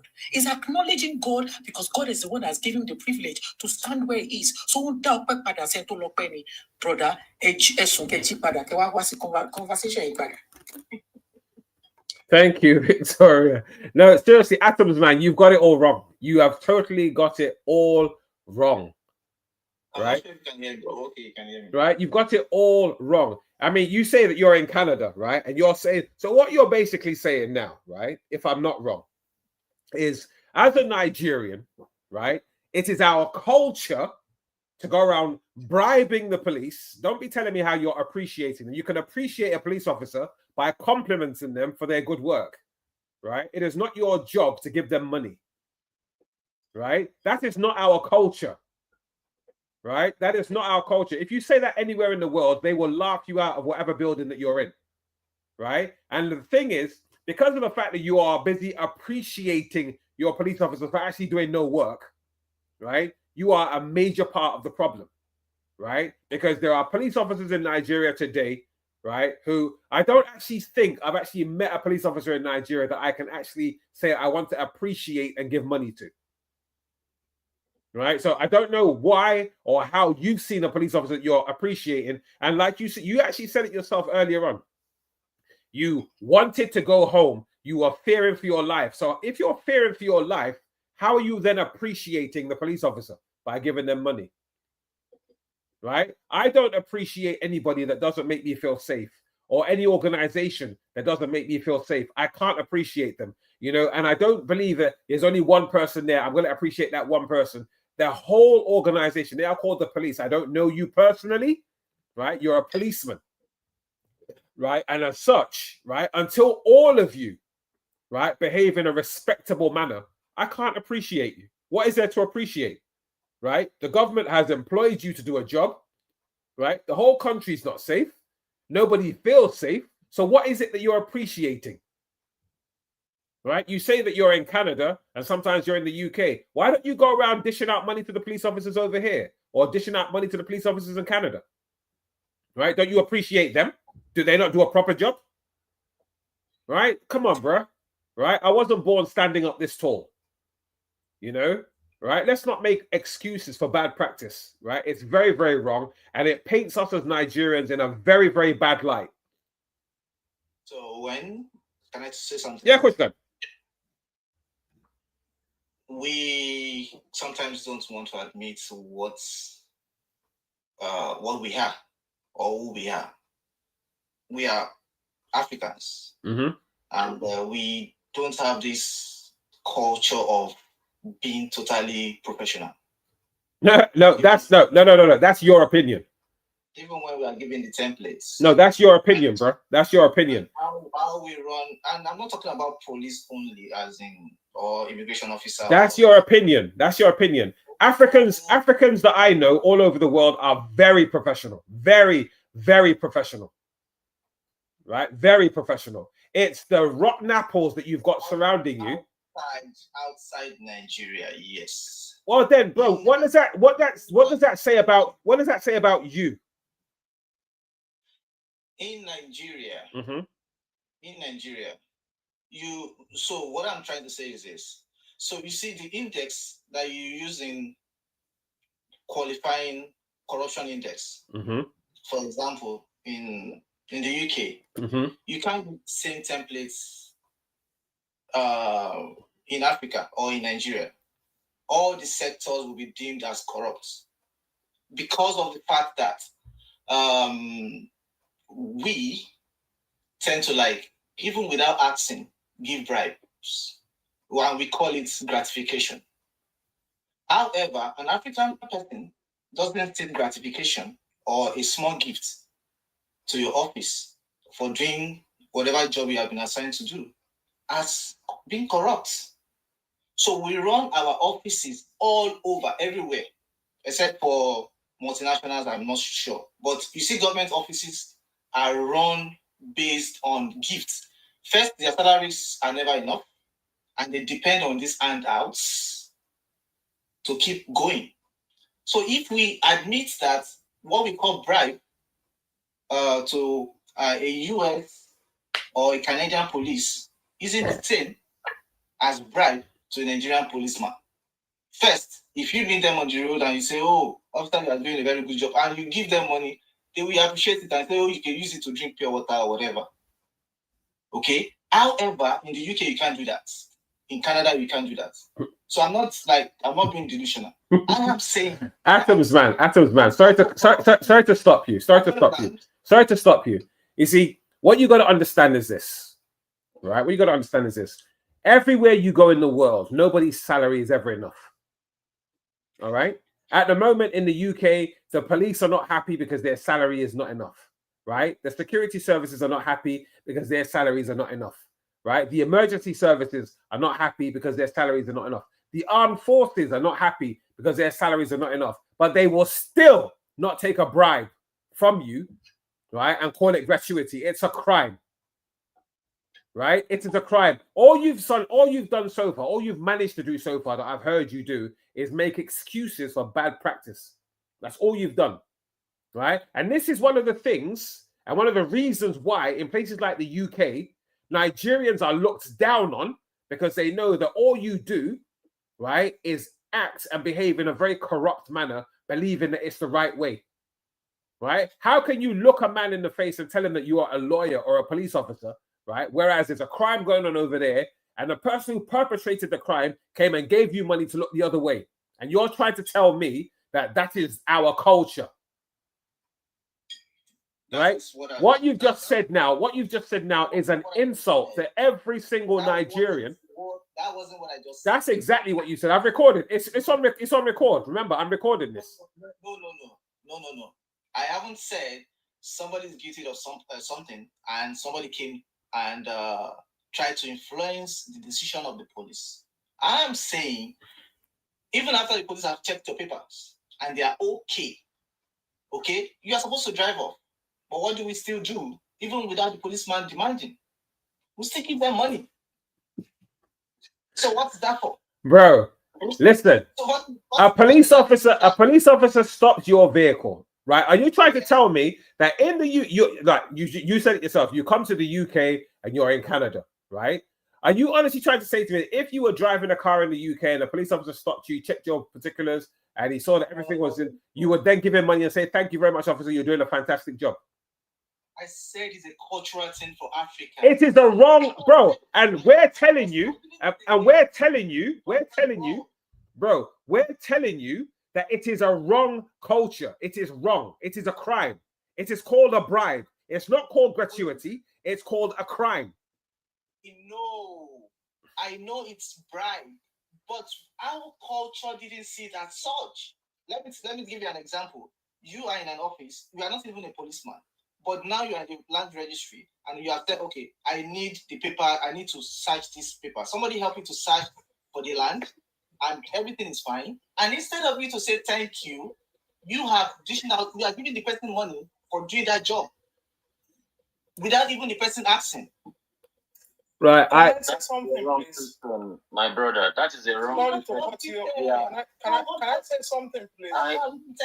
Can I quickly say something? Yeah, guys, let's hear from Grace to Grace. I'm sorry if I didn't call it well. Is it Atom Man? Atoms Man. Sorry, you're totally wrong there. It's not even a culture. It's not our culture. It's a practice. Hey, hello. Sorry, my appointment is here. I'm sorry.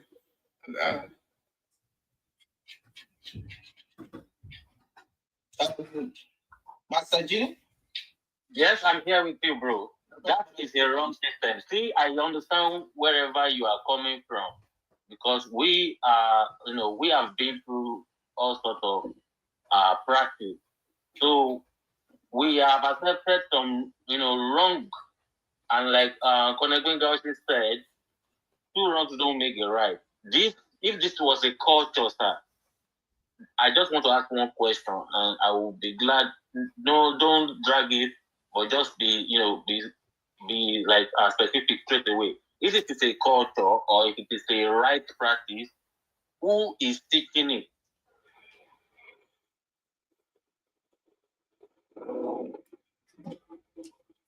Man, please answer that question. Who is teaching it? Is it you? I'm trying to get right. I tell you what, guys. While we all think about that, I want to bring in Motivator, because Motivator, another brother of mine, ex-serviceman like myself, very, very clued up on security matters. Now, Motivator, this is the question: bribery in Nigeria, is it a culture or is it a crime? Good morning, Steve. Really appreciate every one of you. Both the left and the right, you are speaking on the same topic, on the same thing. Mm-hmm. Bribery has been inculcated into our philosophy from the time of the colonial masters. And now, it is now a pandemic.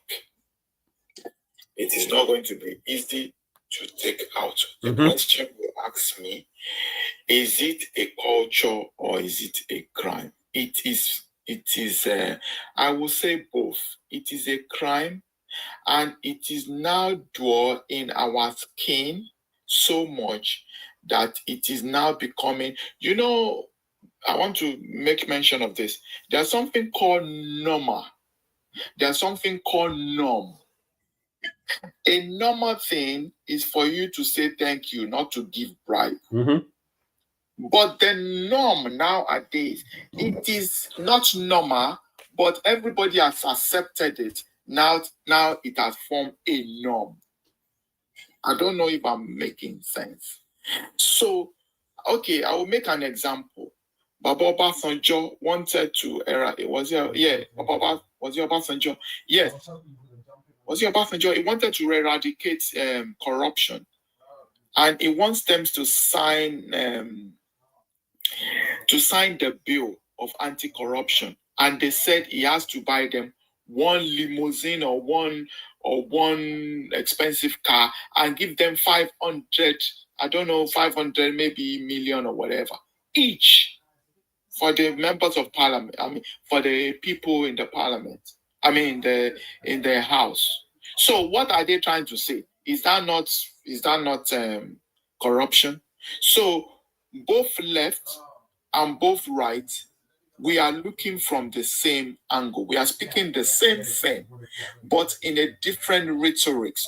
It is a crime, as well as it's getting into our skin now, that is really damaging things. So that is the way I want to answer it. I want to hear other people's philosophy on it as well.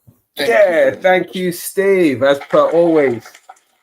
Right now, guys, if you listen to what Steve said, he said it's a bit of both. I'm going to agree with Steve, right? Now, the reason why I'm going to agree with Steve is because of what Atoms Man said earlier on. He said it's our culture.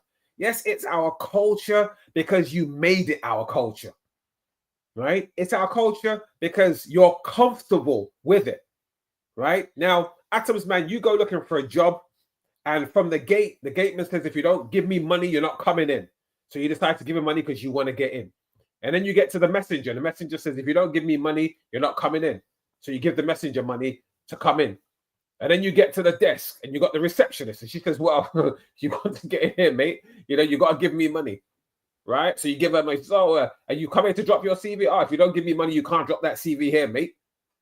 Right? And so you start dishing out money, you dish out money, and then you finally get to where you're going to get to, and they say to you, you can't have the job because you're not good enough. Right? Now, this is my point of view, right? Bribery in whatever context is a crime. This is a crime, right? The person you gave money to, you do not know, right? And that is the reason why they call something bribery and corruption, because you've used your money to influence the decision of another, right? You have used your money to influence the decision of another. That means that decision wasn't made willfully. It was made because of the fact that you paid for it. Right? That doesn't make it legal. And you couldn't stand up in. Say again? Can I say something? Yeah, of course you can. It is very good, my brother. Yeah, speaking from the perspective of the diaspora. Mm-hmm. You are speaking well. Mm-hmm. I went to Nigeria for 5 years. Mm. It is different on the landscape. Oh, we know this. Okay. I will give you an example. Then I was doing drinks and I was doing water. Mm-hmm. Bottled water. You know, everybody knows that you have to get NAFDAC number. Oh, yeah, of course. Okay. We went there. NAFDAC number. That's supposed to be 48,000 for both sachet and bottled water. Yeah, It did not come out for 1 year. That's number one. Because you didn't pay for it. Yeah. It did not come out for 1 year. So somebody told me, and you remember, people that come from over here or America or Canada, the money you took to go to Nigeria, you are losing the money, and the project you want to do, you have not completed. Mm-hmm. Okay. Now somebody told me to go to their head. For me, the person advised me, when you are going to the head, because in that place we went to the secretariat, federal secretariat, so that they can talk about the thing. All right. Now, they appoint us with an engineer. Mm-hmm. I did not know that they collided with the engineer. The staff has already collided with the engineer. Okay, anyway.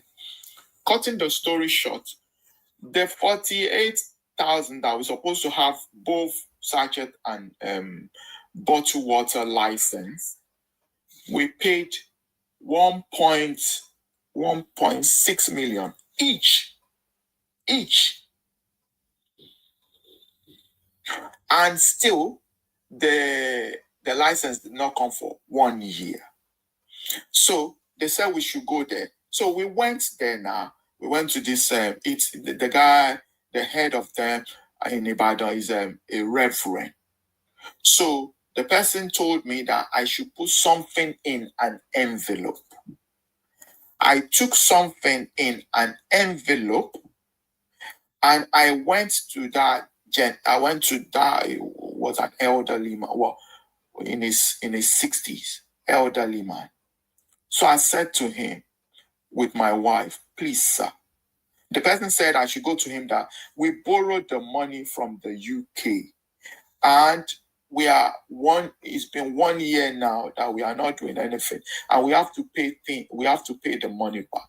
I explained to this man, he was very, very concerned. He said, this is the type of people we want to come to the country.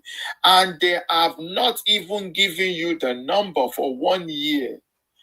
The guy said, go. Next weekend, you will get, before next week, you will get your thing. I wanted to hand the money to him. He said, no, he doesn't do that. So, what am I saying now? They will frustrate you. Mm-hmm. Number one, apart from that, you are going to do a business or to do whatever. There are this, is it VIO? Mm-hmm. Okay, we have 3 trucks taking thing. But you know, in Nigeria, you don't take the original particular of the car. Mm-hmm. You photocopy. Mm-hmm. These people want to see the original. And what about if you lose the original? Mm-hmm. And these VIO people, oh boy, my Lord. we beg them that, okay, please, we will bring it. Just give us, and they leave. And where their offices is like, wow, almost Ijebu, Ibadan too. Is in the middle of Ijebu side. So it's in the, oh boy. And when you get there, they don't want to know anything anymore, that you have a paper or whatever. 60,000 naira. 60,000 on the documents that you have. That is number 2. Number 3, in doing water or any business, I pay 5 taxes. Somebody told me that one of my relatives, one of my uncle's wife, told me that he showed me a pay. Show me, but I have already bought all the equipment to do that. We've already bought all the equipment. Okay, now we pay SAN, we pay NAFDAC, we pay federal, we pay state, we pay local government. On top of that, you have to pay this VIO and whatever on the road. So all together, I'm telling you, may God let us make a profit. Amen. Because you are taking, at that time that I was in Nigeria, we are taking 14,000 naira bottle of water to deliver. But you are paying 60,000 on one. I don't know if you are making. So the person, Mr. Atom, that is talking from the ground.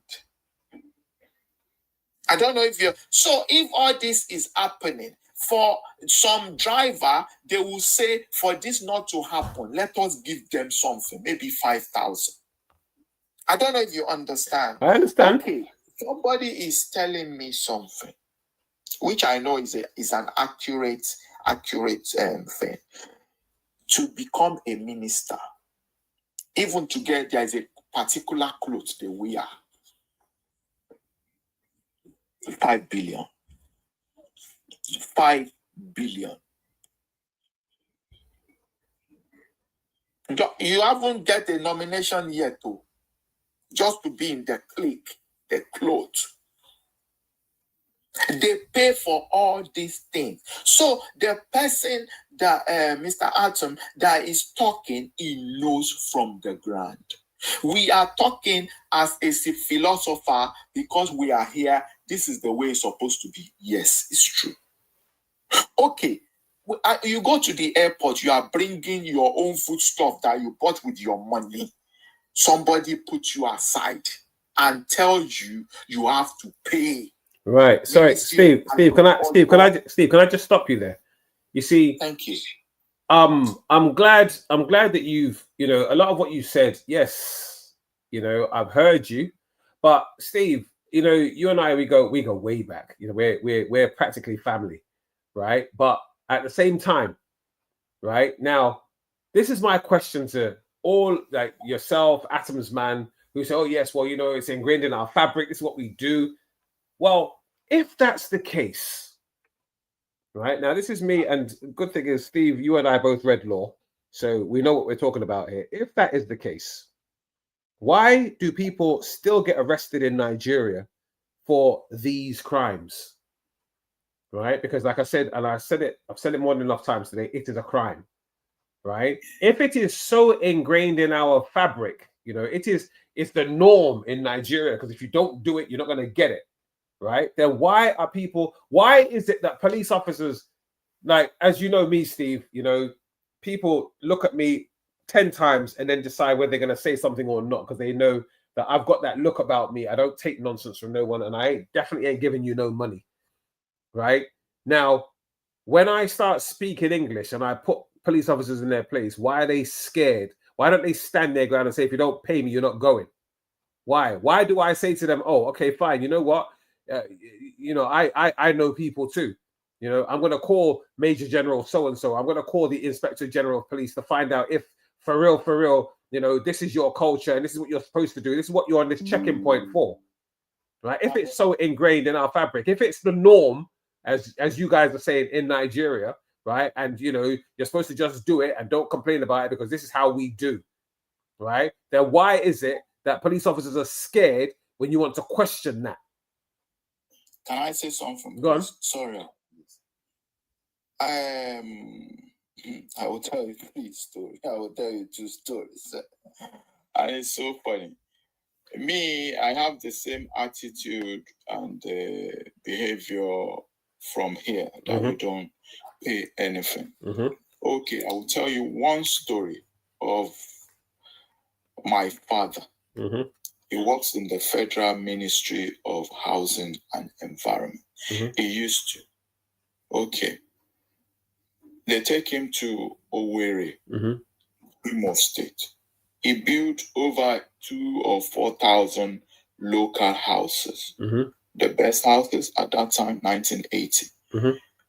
There's about 5 million naira at that time, which is equivalent to like 10 million pounds at that time. Left. My father is a pastor. Oh, we know our father. You know him. And he's very honest, like the same thing you are saying. Yes. My father returned the money to the federal government. That was his problem. They sent 3 hired killers. You know him. You can ask him when you see him.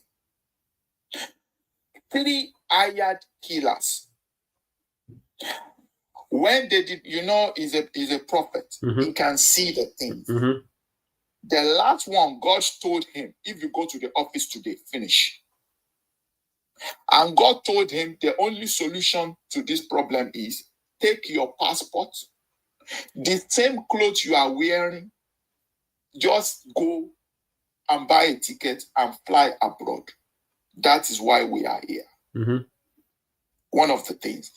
Okay, this is the problem now. Even part of the people, they told his driver, he has 3 drivers, to go to take him to the place that they will kill him. I'm not saying, you see this, when you are going to enter your bar, I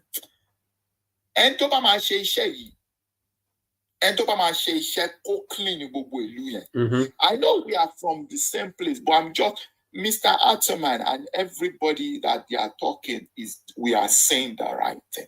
But in Tioba Shishen, I don't want to say this one in English. Sorry for the people that doesn't understand Yoruba. One God shaking you. And he is not going to be diplomatic like what we are talking about.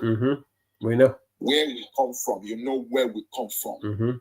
When discipline is discipline, he has to be disciplined. Because Baba Masanto, I want to good diptera. Don't want to be to affect you, there are people like that as well. Of course, we know. And they are bringing it down. We know. So,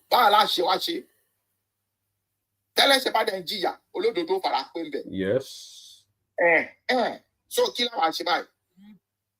yeah, but Steve, you see, this is my take, right? And I know that people see me as, some people see me as a fantasist, right? Other people feel sorry for me, and some people feel scared for me, right? Because of the fact that, I just want the best for my father's country, right? Now, at the end of the day, I say to people, if you're comfortable with the way things are going on in that part of the world, stop complaining. Whatever government you get, just accept it, right? Let them ride it out, and leave and bring in the next government and let them do what they're doing to you, and keep suffering in silence, right? There's no point, as far as I'm concerned, in Nigerians claiming that they've got degrees upon degrees and they've got an education, etc., and they're much traveled, if you're going to stay in your country and behave like barbarians, right? And allow the people of the West to call you exactly that, right? I remember I grew up with a saying. Someone said, they're calling you a monkey. You don't like it, but you're still jumping around in trees and you're eating bananas, right? What is wrong is wrong, right? And the whole idea of people like us being in the Western world, but coming home, is for us to come to the Western world, go home, and try and make a difference, right? Whichever way you look at it, right? Things in Nigeria, right, are being done wrong, right? They are being done wrong. And instead of Nigerians to turn around and say it's being done wrong and let's be the change, let's be the difference. They're saying, oh, well, this is how it is. There's nothing we can do about it. So let's just accept it and move on. Right? And that's not what I stand for. Hold on. Sorry, sir. Yeah. I cited a story before. Please, everybody listen to this story. I mean, not a story. This is an analogy. What is happening? We all know that the red ant and the black ant, they don't like each other. Yeah, because they're both jealous. Okay. Now, you put the red ant and you put a sand on top of them. And you put the black ant sand on top of them. And you put termite. You know termite is their worst enemy. That's right. Both of them. And you put termite and you put sand on top of them inside a jar. And somebody somewhere far is shaking the jar. That is the case that is happening where we come from. We know. There is a foreign entity shaking the jar. We know. If you know, yeah, but then, Steve, I will then go back to what our parents and our elders said to us when we were young, right? As in, show you funny, she won't mock your kushi, I think got you your kushi. And you want to choke your own way, Kish ordinary pen, no. She, I want to say, okay. Nilan latte. I want to say this in Yoruba. Apologies, please. Lan latte. Nilu lan latte. One man gba àwọn àlejò láàyè. Wọ́n fún wọn láàyè. Wọ́n gba àwọn tó máa ń da màálù mi ò fẹ́ sorúkọ wọn.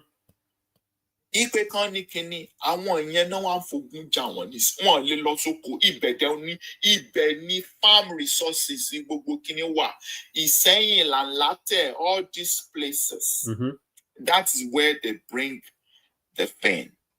Now, àwọn òyìnbó helicopter ló máa ń lọ drop ìbọn fáwọn people boko yẹn nínú gbòòbí bẹ̀. Àwọn èèyàn wọ́n ti rán bíi kí ló ń jẹ́ bíi in Yorùbá kí ni wọ́n ń pè bíi again wọ́n ti rán bíi ẹ̀kọ́ jáde nínú helicopter you cannot believe one of the ex-military kíní ló jáde kúrò tó wá kíní wá bẹ̀ pẹ̀lú àwọn òyìnbó. So in that case kí la máa ṣe? Because you are saying ṣojú tí wàá fọ́ ni àwọn èèyàn yìí náà wọ́n dìndìnrín wọ́n fẹ́ gbara wọn lẹ̀. Everybody even gbogbo àwọn oko lọ́ṣun Ògùn state l'Ondo ní kí lorúkọ ẹ̀ bọ́ wọ́n lè lọ sóko mọ́. Kì í ṣe pójú wọn fọ́ kì í ṣe páwọn náà lè ṣe kinní. Okay, wọ́n dá kí lorúkọ àwọn tó máa ń wọ bíi leopard kinní military people yìí the state policing kí lorúkọ wọn náà. Àmọ̀tẹ́kùn. Thank God bless you. Wọ́n dá Àmọ̀tẹ́kùn lẹ̀. Do you know wọ́n lọ jà wọ́n rí àwọn people yẹn mú. Wọ́n dẹ̀ ti àwọn Àmọ̀tẹ́kùn mọ́lé. Wọ́n tì wọ́n mọ́lé for 3 months. Wọ́n dẹ̀ fi ìyà jẹ wọ́n. Me, boya, you understand what I do, but Steve, sorry to cut you. See, let me tell you something, right? From experience, right? They have Àmọ̀tẹ́kùn, they have whatever, right? You see, if you have an organization that is being run properly, right? And hold on, Steve. Hold on.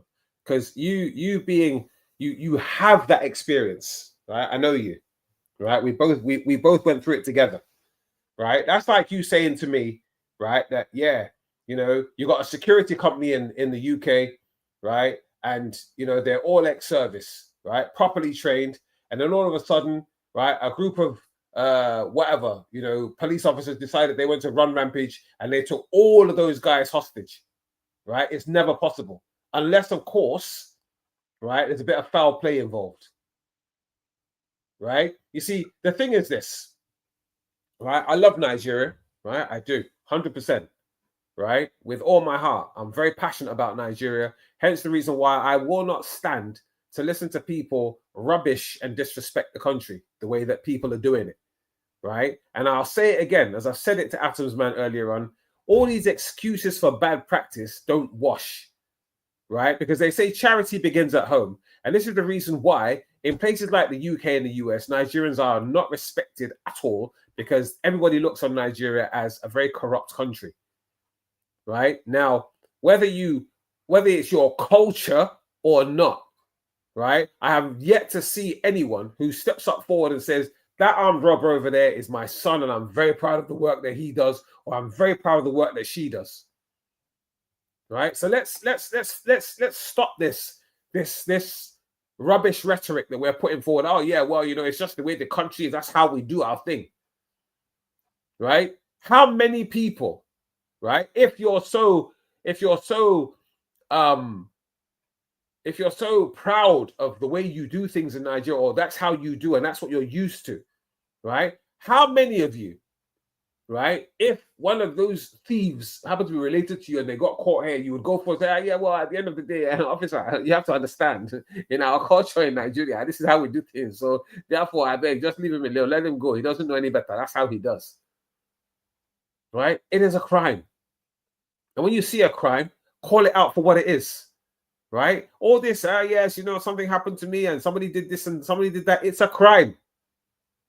Right? Whichever way you want to look at it, it is a crime. Right? And until people wake up, right, and admit to themselves that there is a difference, right, between a crime and normalcy, right, we will still be in this position in 50 years' time, because this is exactly what you're leaving for our kids and our grandkids to inherit. Right? If it's so fantastic, you know, if that is how you live and that's what you're used to, why have you left Nigeria? Why don't you just stay there, right, and endure it? Because that's what you're used to. Why do you come to the civilized world where things are done properly? Right? Why? Why do you bother? Right? You might as well just stay in the country that you're used to the corruption and the bribery because it's normal for you guys there, right? And leave the civilized people who do things properly alone. They don't, it's not like they don't bribe here. They do bribe in this country. Yes, they do. Right? But they don't make it so blatant. Number one. And number two, you definitely don't see police officers mounting checkpoints everywhere. Right? And taking money just so that they can let you go with your car that's not even roadworthy. Right? Let's stop making excuses for bad practice. That is the reason why we have a security problem in our country, right? Because of the fact that nobody is ready to admit, right, that whatever the case, we need to stand up. And another thing, Steve, is, you know, I said something some years ago. One of my friends said, who's ready to die? Who's ready to die? If I'm not wrong, in Nigeria today, right, especially the youth, right, they're all standing up for what is right. Right? Everyone's standing up for what is right. Everyone's had enough of what you guys term as normal, you know, or what you're used to. Everyone's had enough of normal, right? Everyone wants right. They don't want normal, right? And I've seen it firsthand. I've been in Nigeria. Well, hey, can I speak real quick? Yeah, of course. Not everybody wants right. You can't speak for everybody around the world. You know what I'm saying? You said not everybody wants right. They want normal. Not everybody wants normal. A lot of people want war. They want to see this world crash. You know what I'm saying? Is that Tim? Tim, thanks for coming on. You know what? I'm gonna agree with you to an extent because, like, I don't know, where are you based, Tim? I'm based in Kenya. Oh, you're in Kenya, right? You see, now you're a perfect example. Now you're actually agreeing with what I said, right? People are fed up, right? People are fed up of the way things are going. Yes, some people now want war, right? And the reason why they want war is because they're fed up, right? They're fed up of being treated the way they have been treated, right? Especially in Africa, right? Especially in Africa. How can you honestly tell me that you're happy and satisfied with somebody that doesn't know your country, you know, doesn't believe in your cultures or your beliefs or your traditions, telling you what to do, right? And your people, knowing right from wrong, agreeing with them, right? It totally disrupts the security of your country and your environment, right? Whether people want to agree with it or not, right? What is, as I was brought up to believe, what is wrong is wrong. Yeah, we travel abroad, right? We travel to all these countries, right? And we're happy with the way things are done there. You know, it's all serene. You've got clean water, you've got nice roads, and you've got beautiful houses and hotels and pubs and what have you, right? But then you go back to your country, right? And if it's not blown up, it's broken up. And if it's not broken up, it's torn up. If it's not torn up, it's messed up, right? And you claim that, well, that's what we're used to. This is how we like it. You know, this is ours. This is what we do. But you're lying to yourself, right? You're lying to yourself. I'm not telling anybody how to think or what to feel. I'm not. All I'm saying to you is this, right? Or should I say, I'm asking you this question. Is that how good you are? Or is that how good you believe? Or is that what you think you deserve as a human being? Right? Yet you see someone who's got lots of money, they've got wealth and they've got business and they're affluent and they're successful, right? And you look at them, you know, and you laud them, you know, and you follow them on social media, or when you see them, you want to get their autograph, or you want to have a photograph taken with them. Why? What makes you think you can't be them? What makes you think you can't be in that position? Right? And this is exactly what I'm saying, right? I don't need to bow down to any man in this world, right? I don't need to. Why? Because as far as society is concerned, I've paid my dues, right? And I can say the same for Steve, and I can say the same for Victoria, right? I can say the same for Master Genie, because these are people that I know, right? You've paid your dues. I don't need to bow down to any man, right? No man deserves for me to bow down to them. No man has earned it. Right? And that's, you know, that is my view, right? As a citizen of the world, right? But as a child born of Nigerian parents. Hey, sorry to interrupt. Why'd you kick me out the live? Say again? Why'd you kick me out the live? I don't know what happened to you. I didn't kick you off. Oh, okay. I apologize. No, I didn't kick you off. Why? No, I was actually waiting to hear what you had to say, Tim. Because you know that you know what you came in with was quite powerful, and I was actually looking forward to hear. I just thought that you came off of it for whatever reason. I didn't kick you off at all. Oh, okay. And the same with swastikas. I didn't kick you off either. I'm actually looking forward because I like listening to people's opinions and points of view, right? Because you know that's how I grow. That's how I educate myself. You know, I have a moderator in here. Say again. Do you have any moderators in here? The moderator is actually in another meeting. Unfortunately, I haven't made any. I think Steve is normally a moderator. I don't know why he. Huh? Hold on. Right, hold on. Onyo. Sir. Stop answering him. Stop answering him. Do you know him? Who? The team. No, I don't. No, stop answering him. He's a troll. They are both trolls. Oh, right. Okay. Troll? What am I a troll? I've been in here the whole time. I'm legit. Well, I was actually listening. I literally gave him a whole debate, dude. You're coming here talking about I'm a troll. No, there was a guy came in here last week, and you know he report Master Genie. A guy came in here last week, and he really wasn't nice at all. You know, he came in with a lot of racial slurs, and you know, I don't have time for such people. So, you know, where are you from? Do you know this Master Genie dude? Yep, I do. He's a brother. Well, where are you from? He's getting reported because he just spreaded false information about me.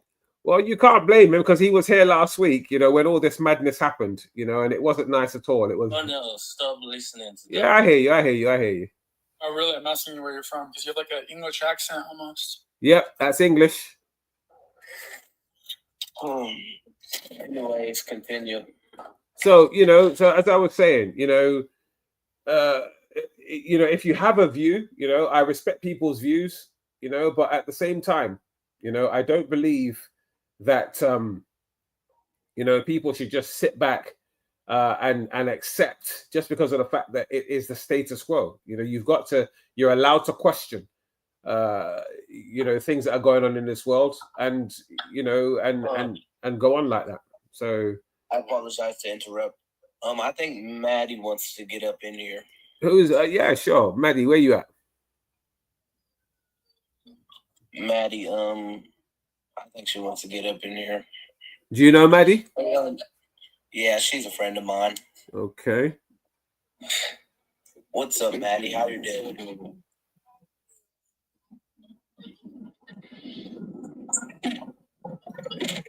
Hey, Maddie, are you there? That's her kid in the back. Okay. So, Tim, you said you're in Kenya. Yep, I'm in Kenya. So what do you do? What do What do you mean? Give me 1 second. I'm getting a phone call. Sure. Swastikas. Yo. How you doing? Sounds like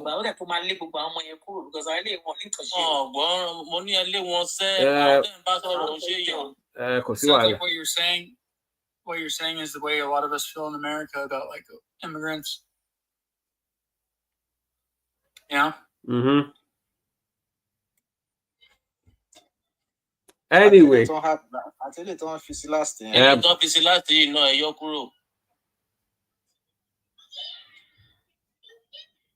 Well, can make me moderator. Okay. You disconnect me or until but you follow him, I just come and send the request. Yeah. Is it? Do you think it's because I'm getting on a phone call and it disconnects? What the hell did I do? Hello, Michael. Did you disconnect me or was that another glitch? I think it was another glitch. It was a glitch, all right. Yeah. Fuck stick. Why'd you kick me, motherfucker? Hey, dude, have some respect. Respect this man. He kicked me for no reason. All right. No one's racist. No one's removed anybody. I think it was Victoria. No, Victoria didn't remove you. Heard speaking all that gobbledygook. No, please. Hey, Swastika, I'm going to tell you this one time. You better have some damn respect when you're in here. I don't respect anybody. Yes, you are. I don't even respect my own mother. You better have some damn respect. I beat my mother. You beat your mother? Is that what you just... Continue. Please continue. Mute him. Mute him, please. He's a female. I don't respect females. Nobody Hey, you jackass. I'm in here trying to learn and you're interrupting. Yeah, more shaking it from my brain. Women are just cum dumpsters. Right, Master Genie, I've made what if you say moderator. Females are just cum dumpsters. Can you mute this too and continue with the lesson? Yeah, he's gone. Yeah, Master Genie. Yeah, Master Genie. He's talking to you. Why'd you kick me, motherfucker? Now I had.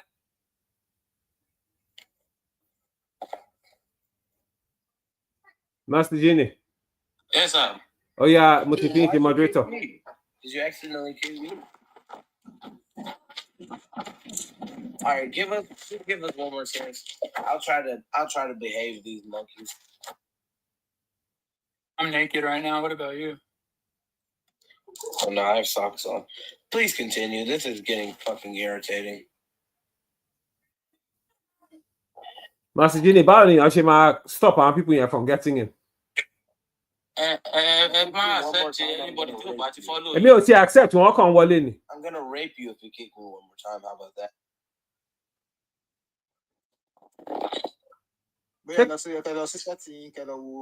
Options to one bit.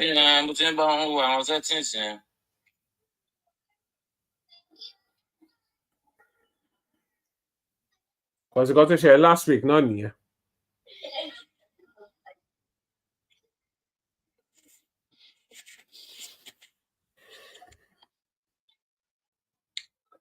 So if it who can send request, could your followers only.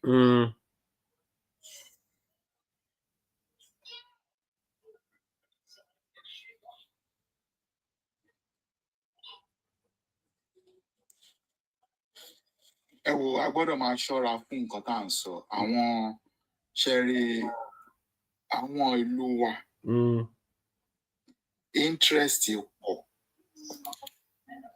láti àwọn ìlú ibi táwọn people yẹn ti wá.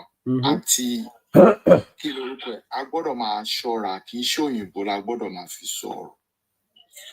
Òun ni mo ṣe máa ń sọ àwọn nǹkan kan ní Yorùbá. Àwọn ìlú wa àti ìparapọ̀ àwọn òyìnbó níbi ìbá mi ò fẹ́ sọ kí ni wọ́n máa ń wo nǹkan tá a bá ń ṣe. So gbogbo ọ̀rọ̀ tá à ń sọ yìí àwọn náà wọ́n tún fi ń tún nǹkan wọ́n tún fi mú nǹkan le àwọn náà ń fòkùn mọ́ wa lọ́rùn. Tẹ́ bá wò lẹ́nu ọjọ́ mẹ́ta wọ́n ń send àwọn èèyàn bíi the past 10 years wọ́n ń send àwọn èèyàn kán lọ kọ́ Yorùbá kán lọ kọ́ Ìgbò kán lọ kọ́ Haúsá àwọn òyìnbó. So ẹ jọ̀ọ́ ẹ jẹ́ ká mọ̀. But Oga Steve Sherry got there and saw is true but Sherry one thing tí ẹ máa ń gbàgbé ni pé bẹ́ẹ̀ ṣe ń sọ nípa titi wọn làwọn náà sọ nípa titi wa right táwọn náà ò bá jẹ́ kẹ́ ẹ kọ́ òyìnbó ṣẹ́yìn náà máa mọ báwọn náà ṣe ń ṣe right but the difference is táwọn bá tiẹ̀ kọ́ Yorùbá right nǹkan táwọn máa ṣe ni pé nǹkan táwọn bá ń ṣe tó bá rí pé is good wọ́n máa mú wọ́n máa refine wọ́n máa make it better right. Make it better. Oh no, nǹkan tí mo sọ ò tí yé yín right wọ́n máa make it better for them. Right. Ṣé mo pé nǹkan tá à ń sọ yìí ẹ wo àwọn African nation mi ò mọ bí mo ṣe lè pè ní Yorùbá. Ṣé mo pé wọ́n fẹ́ make kan dàbí European Union náà. Yes. Wọ́n fẹ́ ṣe gbogbo ẹ̀ nǹkan tó ń ṣe pa olórí ẹni tó ń tà láti ṣe kínní bọ̀bọ̀ Gaddafi yẹn nìyẹn o. Àtàwọn kan nǹkan tó ń ṣe pa wọ́n nìyẹn. Tàbá wo because mo máa ń lọ pé kí ló dé tá a fi tí Africa tá a ṣe gbọ́rọ̀ ara wa iye tó ṣe jẹ́ pé kínní. But mo realize nǹkan tí mo ṣe sọ pé nínú Ìgò wọ́n bu kínní mẹ́ta àwọn ọ̀tá ara wọn mẹ́ta wọ́n gbé síbẹ̀ wọ́n dẹ̀ ṣèkì ẹ̀. Yes. Àwọn owó àjòjì ló ń ṣèkì ẹ̀. Of course na mọ́mọ́ nǹkan tó ń sọ yé mi. So nǹkan tó ń ṣẹlẹ̀ sí wa nínú ìlú wa ok ibo láti kọ́ láti máa gba owó ẹ̀yìn owó rìbá ṣé kí ṣọ̀dọ̀ àwọn people láti kọ́ ni. We're still saying the same thing Oga Steve we're still saying the same thing. That was my question nǹkan tí mò ń tọ́ láti sọ ni pé ẹ jẹ́ ká wo akànge lórí àwo ibi wọ́n ní kínní kan ẹrù ẹ wọ wọ́n ní òkèlè ń wọ ẹ̀wò ti sàlẹ̀ dédé ìsàlẹ̀ gangan ní ká ti kọ́ ti kìíní ẹ kàn ń gé lókè ẹ ń gé lókè. Ẹ̀kọ́ náà ni pé ká gbé nísàlẹ̀ pé ta ló ń kọ́ wa níwà burúkú ta ló ń kọ́ wa níwà rere just like Cornell said rising ta ni ó máa jáde pé òun ṣe agbénipa náà owó agbénipa lòun ná ta ló máa kó àwọn ọmọ sí kíláàsì tó máa ní nǹkan báyìí lòun kọ́ wọn. Kí ló ṣe káwọn èèyàn yẹn tó ń ṣe tá a ṣe ń ṣe nǹkan tá à ń ṣe yìí ẹ jẹ́ ká bring real kini practical kini sí ibẹ̀. But tá bá máa bring practical, ọ̀pọ̀lọpọ̀ ẹ̀mí ni ò lọ. Ọ̀pọ̀lọpọ̀ ẹ̀mí ni ò lọ. Ẹ̀mí tó ń lọ sí náà ṣe ń lọ ṣe mọ̀ ẹ́ tó dá. Tí mo mí ni, okay, àwọn olórí tó ń ṣe kí lorúkọ ẹ̀ yìí, ọ̀pọ̀lọpọ̀ wọn ni ò lọ. Because bàbá mi máa ń sọ kankan tí mo dẹ̀ ro dáadáa. Ọjọ́ kan a rí kíní, mo á ní, nígbà yẹn 1986, 88, sorry. Mo ń sọ àwọn tẹlifíṣàn lọ́wọ́ ni ní London. Mo á ní, Daddy, Africa náà máa di bí kíní. Lọ́jọ́ ni àwọn ṣé àmọ́ pé àwọn èèyàn kan wà destruction mi ò bọ́n ṣe sọ kíní yẹn mo gbàgbé bọ́n ṣe sọ ipe àwọn ẹni tó máa jẹ níbi ibà tó máa jẹ níbi ibẹ̀ yẹn tó máa da ti tààrin rú mi ò mọ̀ bóyá ẹgbẹ́ tí nǹkan tí mo àríjẹ ní ti màdàrú. Thank you nǹkan tó ń sọ gangan nìyẹn wọ́n ní sáwọn yẹn wá máa kúrò ní bàbá yẹn sọ kíní yẹn gbà yẹn ó ṣẹ̀ṣẹ̀ ń yé mi nísìnyí láti 1988 yẹn ó ṣẹ̀ṣẹ̀ ń yé mi nísìnyí. Àwọn kan wà tó jẹ́ pé wọ́n kàn fẹ́ dàrú ni wọ́n ò fẹ́ fọ kíní. Motivator. Yeah. Sorry to cut you out. I just told you I'm not being okay. I'm going to the topic and going to tell you about Mama Big is because we are going from one to one. Okay. And Amy, I will still stand on that my question. Àwọn Madaru, who is Talonche Baba àti Ìyá Madaru? No, ẹni tó ń ṣe bàbá àti ìyá Madaru sà. Àwọn àlùmọ́ọ́nì ilẹ̀ ta ní ló ń ṣe kíní wọn. Because okay, nísìnyí wọ́n ti kúrò ń di epo. In the next, okay, Germany, the biggest companies don't make it, àti Japan, don't make it cars nísìnyí. Wọ́n ní in the next 2050 náà sọ, ipa wọn ní ṣe petrol cars anymore. Anyway, 2030 in Europe, so... 2030, okay. One is continue try láti drive that, and I believe in Atoms might stay with us, and once you must sorrow. Sherry, kò sí ẹni tí ó la gbogbo àwọn situation yìí kọjá, but there's one thing tí ó kò mi ò rò pé I get the point yẹn, ó dẹ̀ dà pé òun ni pé class ní Nàìjíríà, ẹ̀yin sọ pé tí pop sí ti ṣiṣẹ́, Sherry, àmọ́ background anybody. Ṣé ní Europe ń bí báyìí já mi tí ń bá pa irọ́ o because ọ̀dà nǹkan everybody dán ló access bí báyìí ọmọ tó wà ní SS2 ti ní fóònù tó ẹ̀ṣẹ̀ jáde ń yí ẹ̀ yìí àwọn ọmọ adé wọn bí báyìí wà very very updated tó dẹ̀ náà ṣe máa ń fẹ́ fún wọn ní òpè o parental consent o kíníkan o àwọn náà dẹ̀ tó máa mọ ọmọ yẹn máa breach ẹ̀ because òbí mi tó access sí gbogbo nǹkan tó ní yìí tí ò take action ọmọ ẹ̀ tó take action gbọ́n jù lọ. So we are talking about society o àwọn wo ló mọ olè àwọn tó bá mọ olè tí ò report wọn òun náà ló ń fi ìdí ẹ̀ so the more tí ẹnìkan bá ti wá tí mo pé ẹni lówó ju bàbá mi lọ tó bá gbówó fún mi pé kí n pa bàbá mi wáyé tí mi ò ní gbọ́ràn sílẹ̀ tó gbé bàbá mi ò gbówó fún mi rí. Which is true. So that's what we are saying not that okay o gbogbo ọlọ́pàá kọ́ ló ń gba bribe. Kò lẹ́yìn gbogbo ọlọ́pàá tí ó gba bribe ní nonsense máa ṣẹlẹ̀ sí ẹlòmíì tẹ́ pé ọlọ́pàá tó ṣẹ̀ gan-an ló máa lọ hot ọlọ́pàá tí ó ṣẹ̀rí láyé ẹ̀ and that person is ọmọ ẹnìkan ni ó lè jẹ́ ìyá ẹnìkan ó lè jẹ́ bàbá ẹnìkan you know so tá a bá ní pé ká máa mú láti lẹ̀ a lè mú láti lẹ̀ àwọn tó tẹ̀ wọlé yẹn tiẹ̀ tún jẹ́ kó dáa ká sọ Yorùbá àwa gangan là ń ta ara wa. Yep. So unless there is the individual intelligence bá rampant lọ pé ọmọ èyí tẹ́mi ṣe tí mo ṣe dókè lélẹ̀ yìí tí wọ́n bá ṣe lè ṣe kó fi dókè wọ́n ló mọ̀ kó dáa. But nǹkan tẹ́mi tuntun rò sà ó ní pé ìgbà tí because bàbá eléyìí tó ń ṣe yìí mi ò fi bẹ́ẹ̀ gbà tiẹ̀ ó láwọn nǹkan kan tó ń ṣe tó fẹ́ bring out sí regional padà. Irú tẹ́ bá wo the new thing tó fẹ́ ṣe nísìnyí ó fẹ́ change orúkọ Nàìjíríà ipe kí oníkálukú kó jẹ́ autonomy ara wọn kan control ara wọn because mo rí pé a sọ ọ̀rọ̀ kan ní last mi ò mọ̀ bóyá 2 weeks ago ipe ní north wọ́n ṣí border wọn lẹ̀ àwọn agbésùmọ̀bí yẹn wọ́n dẹ̀ ń wọlé láti bẹ̀. Bọ́dà tí wà ní South tẹ̀lé wọ́n ti pa ni. So gbogbo àwọn influence yìí tẹ́ bá dẹ̀ rí tẹ́lẹ̀tẹ́lẹ̀ àwa ọmọ káàárọ̀ oòjíire àwa la lọ púpọ̀ jù nígbà yẹn. Àwa la ní báwo máa yẹ sọ mi ò gbóyìnbó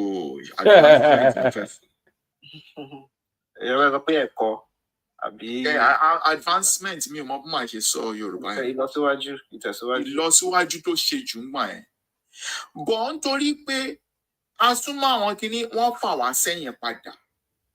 Àwa la send the satellite sí sky at that time. Gbogbo àwọn ilé Nigerian house ní London, Nigerian house ní Washington, Nigerian house ní Canada, gbogbo ti New York. Àwọn owó Yorùbá, owó káàárọ̀ oòjíire náà fi ṣe gbogbo ẹ̀. Western region. Owó kòkó.